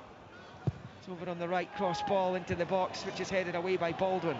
And as far as Brown, it's settled for him just like that Dundee United goal. And he lashes it high over the crossbar. It's almost a replica, albeit he's in the right to centre side this time. It's well over. Let's get news of a Ross County change from Brian. Yeah, it looks like Don Cowie is trying to shore it up just a little bit. Coming off will be number 4, James Brown, and he'll be replaced by number 24, Monsieur Fetty. The Congolese striker arrived at County after 3 years with Grimsby Town and began in the academies of Crystal Palace and Norwich City. He's a right back, so like for like change. And he's in no hurry to come off, James Brown. I thought he was excellent. Really was. Probably the best I've seen him playing. He was aggressive. He got up and down the pitch. He was winning his headers. He kept his shape. He got back behind the ball when he lost it very, very quickly. So he can be pleased with his night's work. Here comes Safetti. And all Don Cowie will want now is a clean sheet. And then he'll sleep a whole lot better over the next few nights before Sunday's lunchtime midday kick-off, live here on Sports Sound, the other side of the Scottish Cup final, of course. All that to come. Good touch there by Smith. He's found Easton, who moves it out to the right for Matthews. Over to Mullen, right foot cross is cut out. County fans know all about the quality of Josh Mullen's delivery. Wins the throw-in, bowls it back to Scott Brown. Now it's with Byrne. Byrne then side foot ball, out to Mullen on the far side, takes a touch, that cross cut out again. And County have put bodies in the line tonight, and they've got this one clear. Up to Simon Murray, who plays it back to Danda. Looks to knock it back forward, but he can't find Murray. And they've, ironically, Raith Rovers been able to keep Simon Murray relatively quiet tonight, the 21-goal striker. As Dylan Easton picks up, he's capable of the spectacular, we know that. Out to the right for Mullen, takes a touch, the cross comes in, loops into the box, only half away. Easton takes it down on the left, it just gets away from him though. He couldn't quite get his body fixed into a position that he was able to pull the trigger and County get it clear. Here comes Byrne, back to Easton.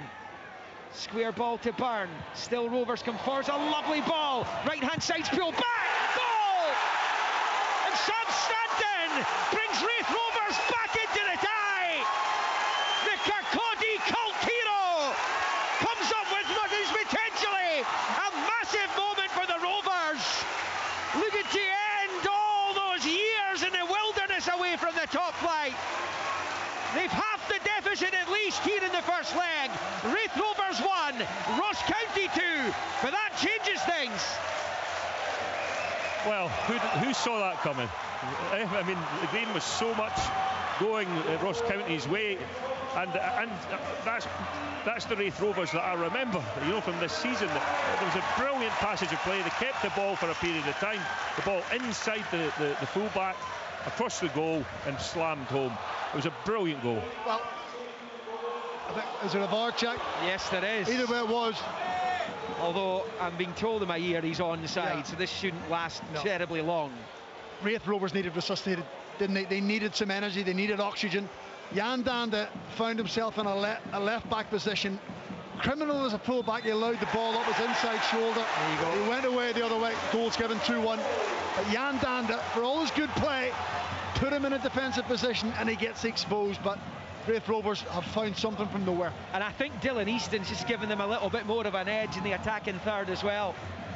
He was involved in that fabulous pullback, and Stanton made no mistake with the finish. He's come up with some big goals himself this season.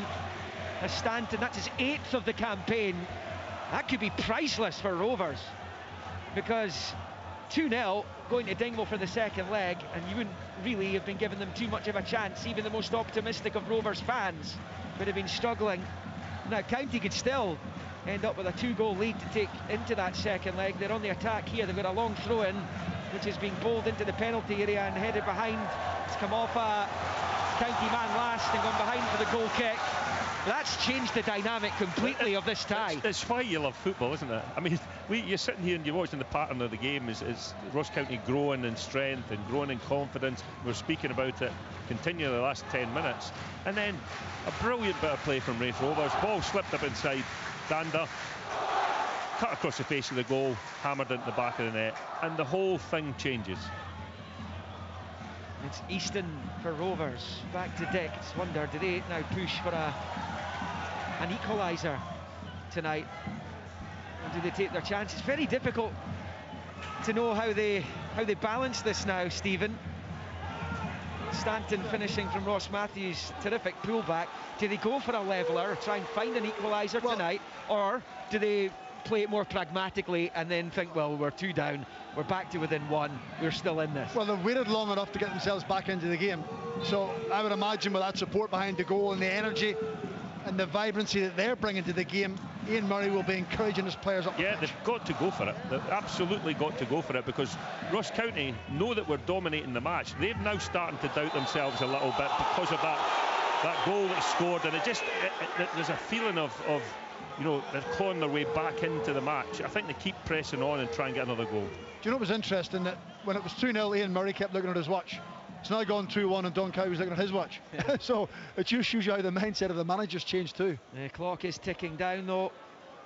That's for sure. That goal was timed at 83 minutes. We're just approaching the 86-minute mark. Ross County are going to make another change, Brian. Yeah, Jan Danda evening his over, and he'll be replaced by Victor Oloturi very shortly indeed. And all of a sudden, Liam, there's some very worried faces on this Ross County bench. That's another game without a clean sheet. Didn't keep a single clean sheet in any of the last 23 league games. They've had that weakness there. It's been there all season. And you compare the county team of this season, last season, they've got Simon Murray's been banging the goals in. They've been scoring more goals this season. It was a real problem last year when they had Reagan Charles Cook in the team, like Simon Murray this season. It was less of an issue for them. Even with Simon Murray's goals, they've been dragged into the playoff as Danda takes his time to come off the pitch over on this near side. And as Brian was saying, Victor Oloturi will replace him. He's had plenty starts this season. And on he comes for the closing stages of the match. Don Cowie, hands in pockets now. Down below us, the rain continues, unrelenting. As Nightingale wins a header into the midfield. Brown gets onto it. Now it's with Mullen. His ball forward's pretty poor, goes straight to Baldwin.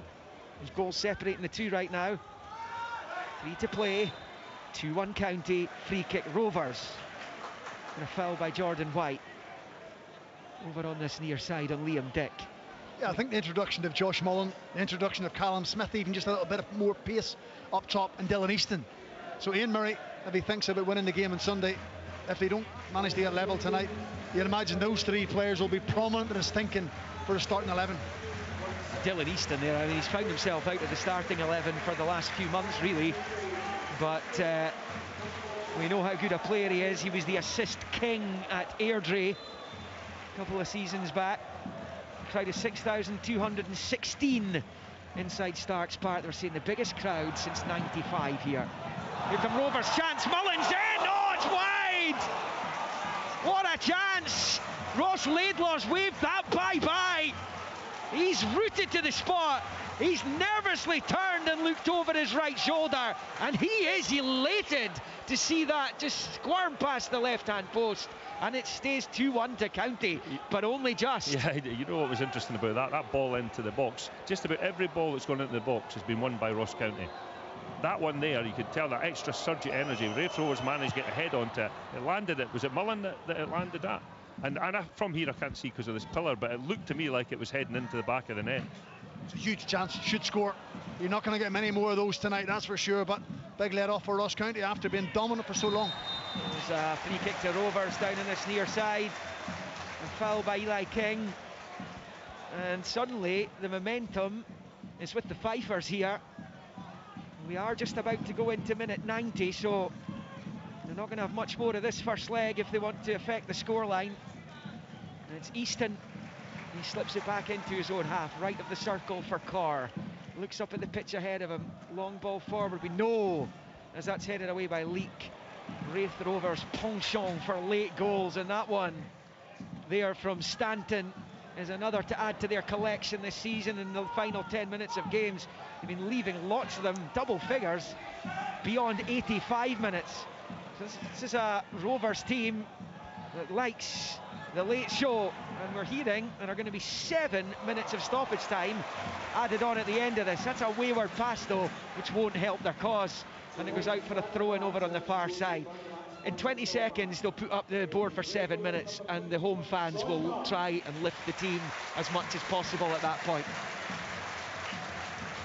And they've came tonight, they've been patient, they've had to watch their team suffer, they've had to trail by 2 goals, and suddenly a moment of quality from Raith Rovers just there you go. Brings them to life. 7 minutes added, and it's over on the far side. Took a while for the message to get through there. The Rovers fans eventually Hearing 7 have been added. And it's Raith Rovers in possession. Don Cowie's looking a little bit edgy down there now. Long ball forward up towards Smith. Trying to hold off Nightingale. He does his job well. Bouncing ball on this near side. Comes off King. Out for a Rovers throw-in. Byrne takes it. Infield to Easton. Who many feel could still step up to the top flight. It's his chance to prove it. And he's won a free kick. It's been brought down by Eli King. And a chance for Rovers to get the ball into the mixer here in the opening minute of stoppage time. It's amazing how many little things were going for Ross County when they were winning by 2-0. The bounce of the ball, the free kick, the throw-ins. Raith Rovers get back in the game and suddenly it all just starts to turn. Free kick, Mullen takes, right-footed, bends it in towards the back post. The header is just wide. Well, the Rovers fans were ready to celebrate. It was Dylan Carr who attacked it at the back post. It's just wide, and it stays. Rovers 1, County 2. That looked like a decent chance. I don't know why he didn't get it back across the goal, because that would have been the area to aim for, but it just slipped past that far post. So rather than trying to help it on its way, almost put it back across the goalkeeper. Whether he was stretching and couldn't get on it, it's hard to say, but if he could make it flush, that was probably the best option. It's 2 really terrific opportunities for Rovers to equalise in this game. And then you're looking at County being on the receiving end of a big comeback. 2 minutes of the 7 just about played. But the momentum's all with the home team right now. Ian Murray might wish there was a bit longer to play, albeit County are up the pitch here. Little throw in into Laturi, back out to Fete on the right. He goes down. It's just a throw-in given. This is going to be about level with the Rovers penalty spot, and as well as Rovers have done to get themselves back into this contest, they do not want to be conceding again here. They're back to square one. I think it's a free kick, actually. I think it is a free kick. It was a late tackle. Well, it's difficult for us to tell. I know, that's why. It's literally a we weren't going to mention it, but we have to because we can't see it. But I think it was a free kick on a Fete. Well, the free kick's going to be taken by King. They're waiting to make a sub here. King with a chance to put the Rovers defence under pressure, fires it in towards the back post.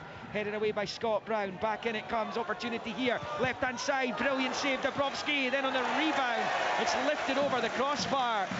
I think it's Connor Randall who's got the first opportunity there, and his effort saved.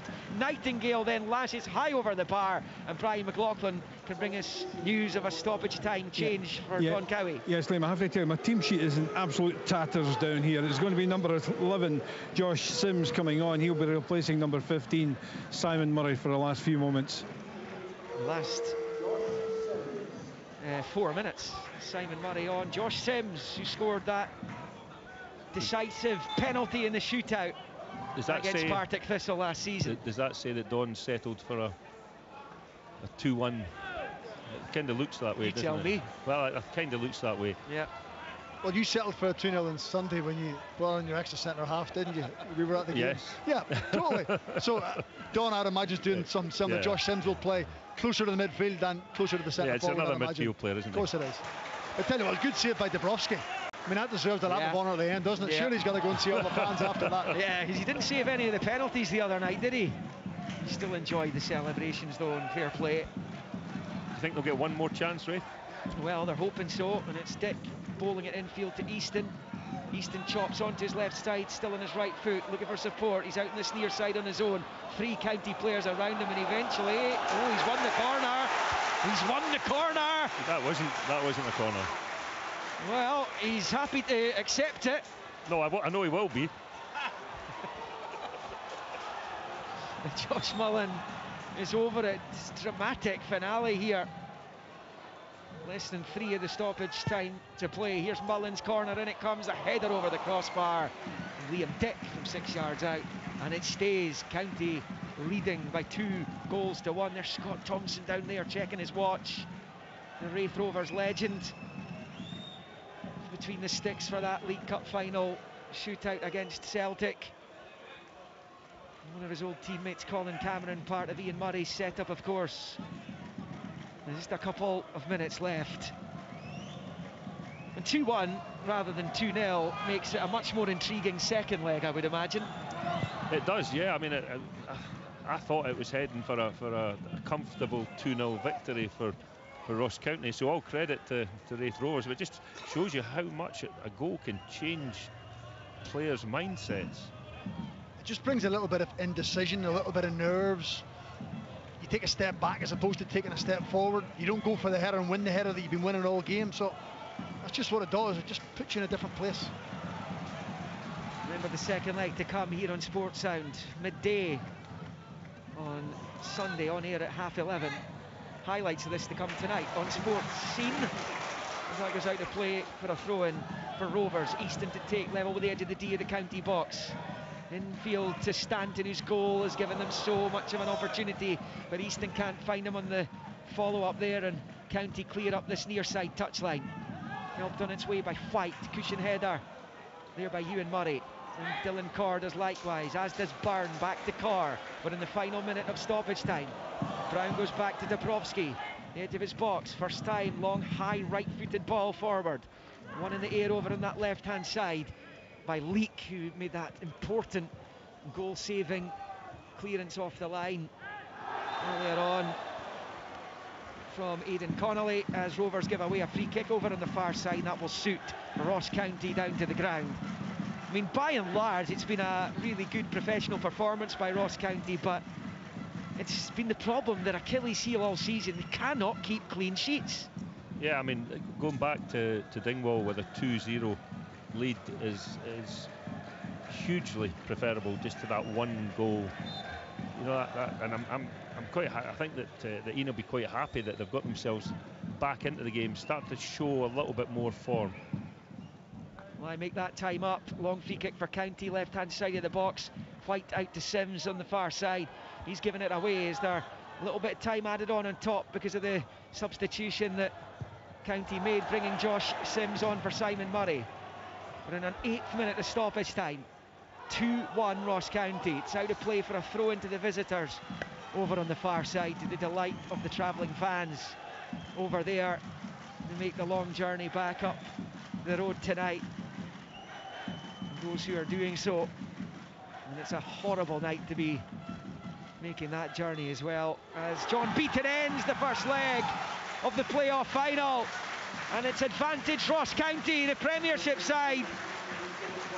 They'll go into the second leg with a 2-1 lead, but it's a more slender advantage than their manager Don Cowie would have hoped or expected for when his team raced into a 2-0 lead in the second half. Goals on 53 from Danda's penalty, and from Baldwin's header. Danda this time the set-up man on 72, and it looked at that point like it might be County looking to put this tie to bed with a third goal, maybe even more after that. They were excellent for the 70-odd minutes.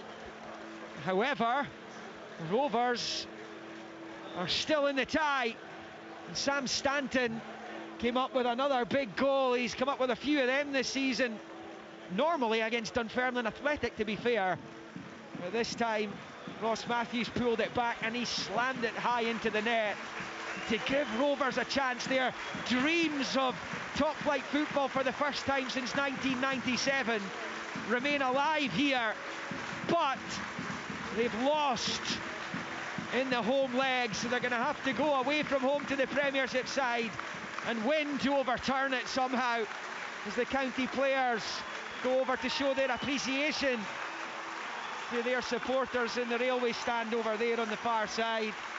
The Rovers fans do likewise to their players, but it's advantage County. They finished here in Kirkcaldy after the first leg of the Premiership playoff final.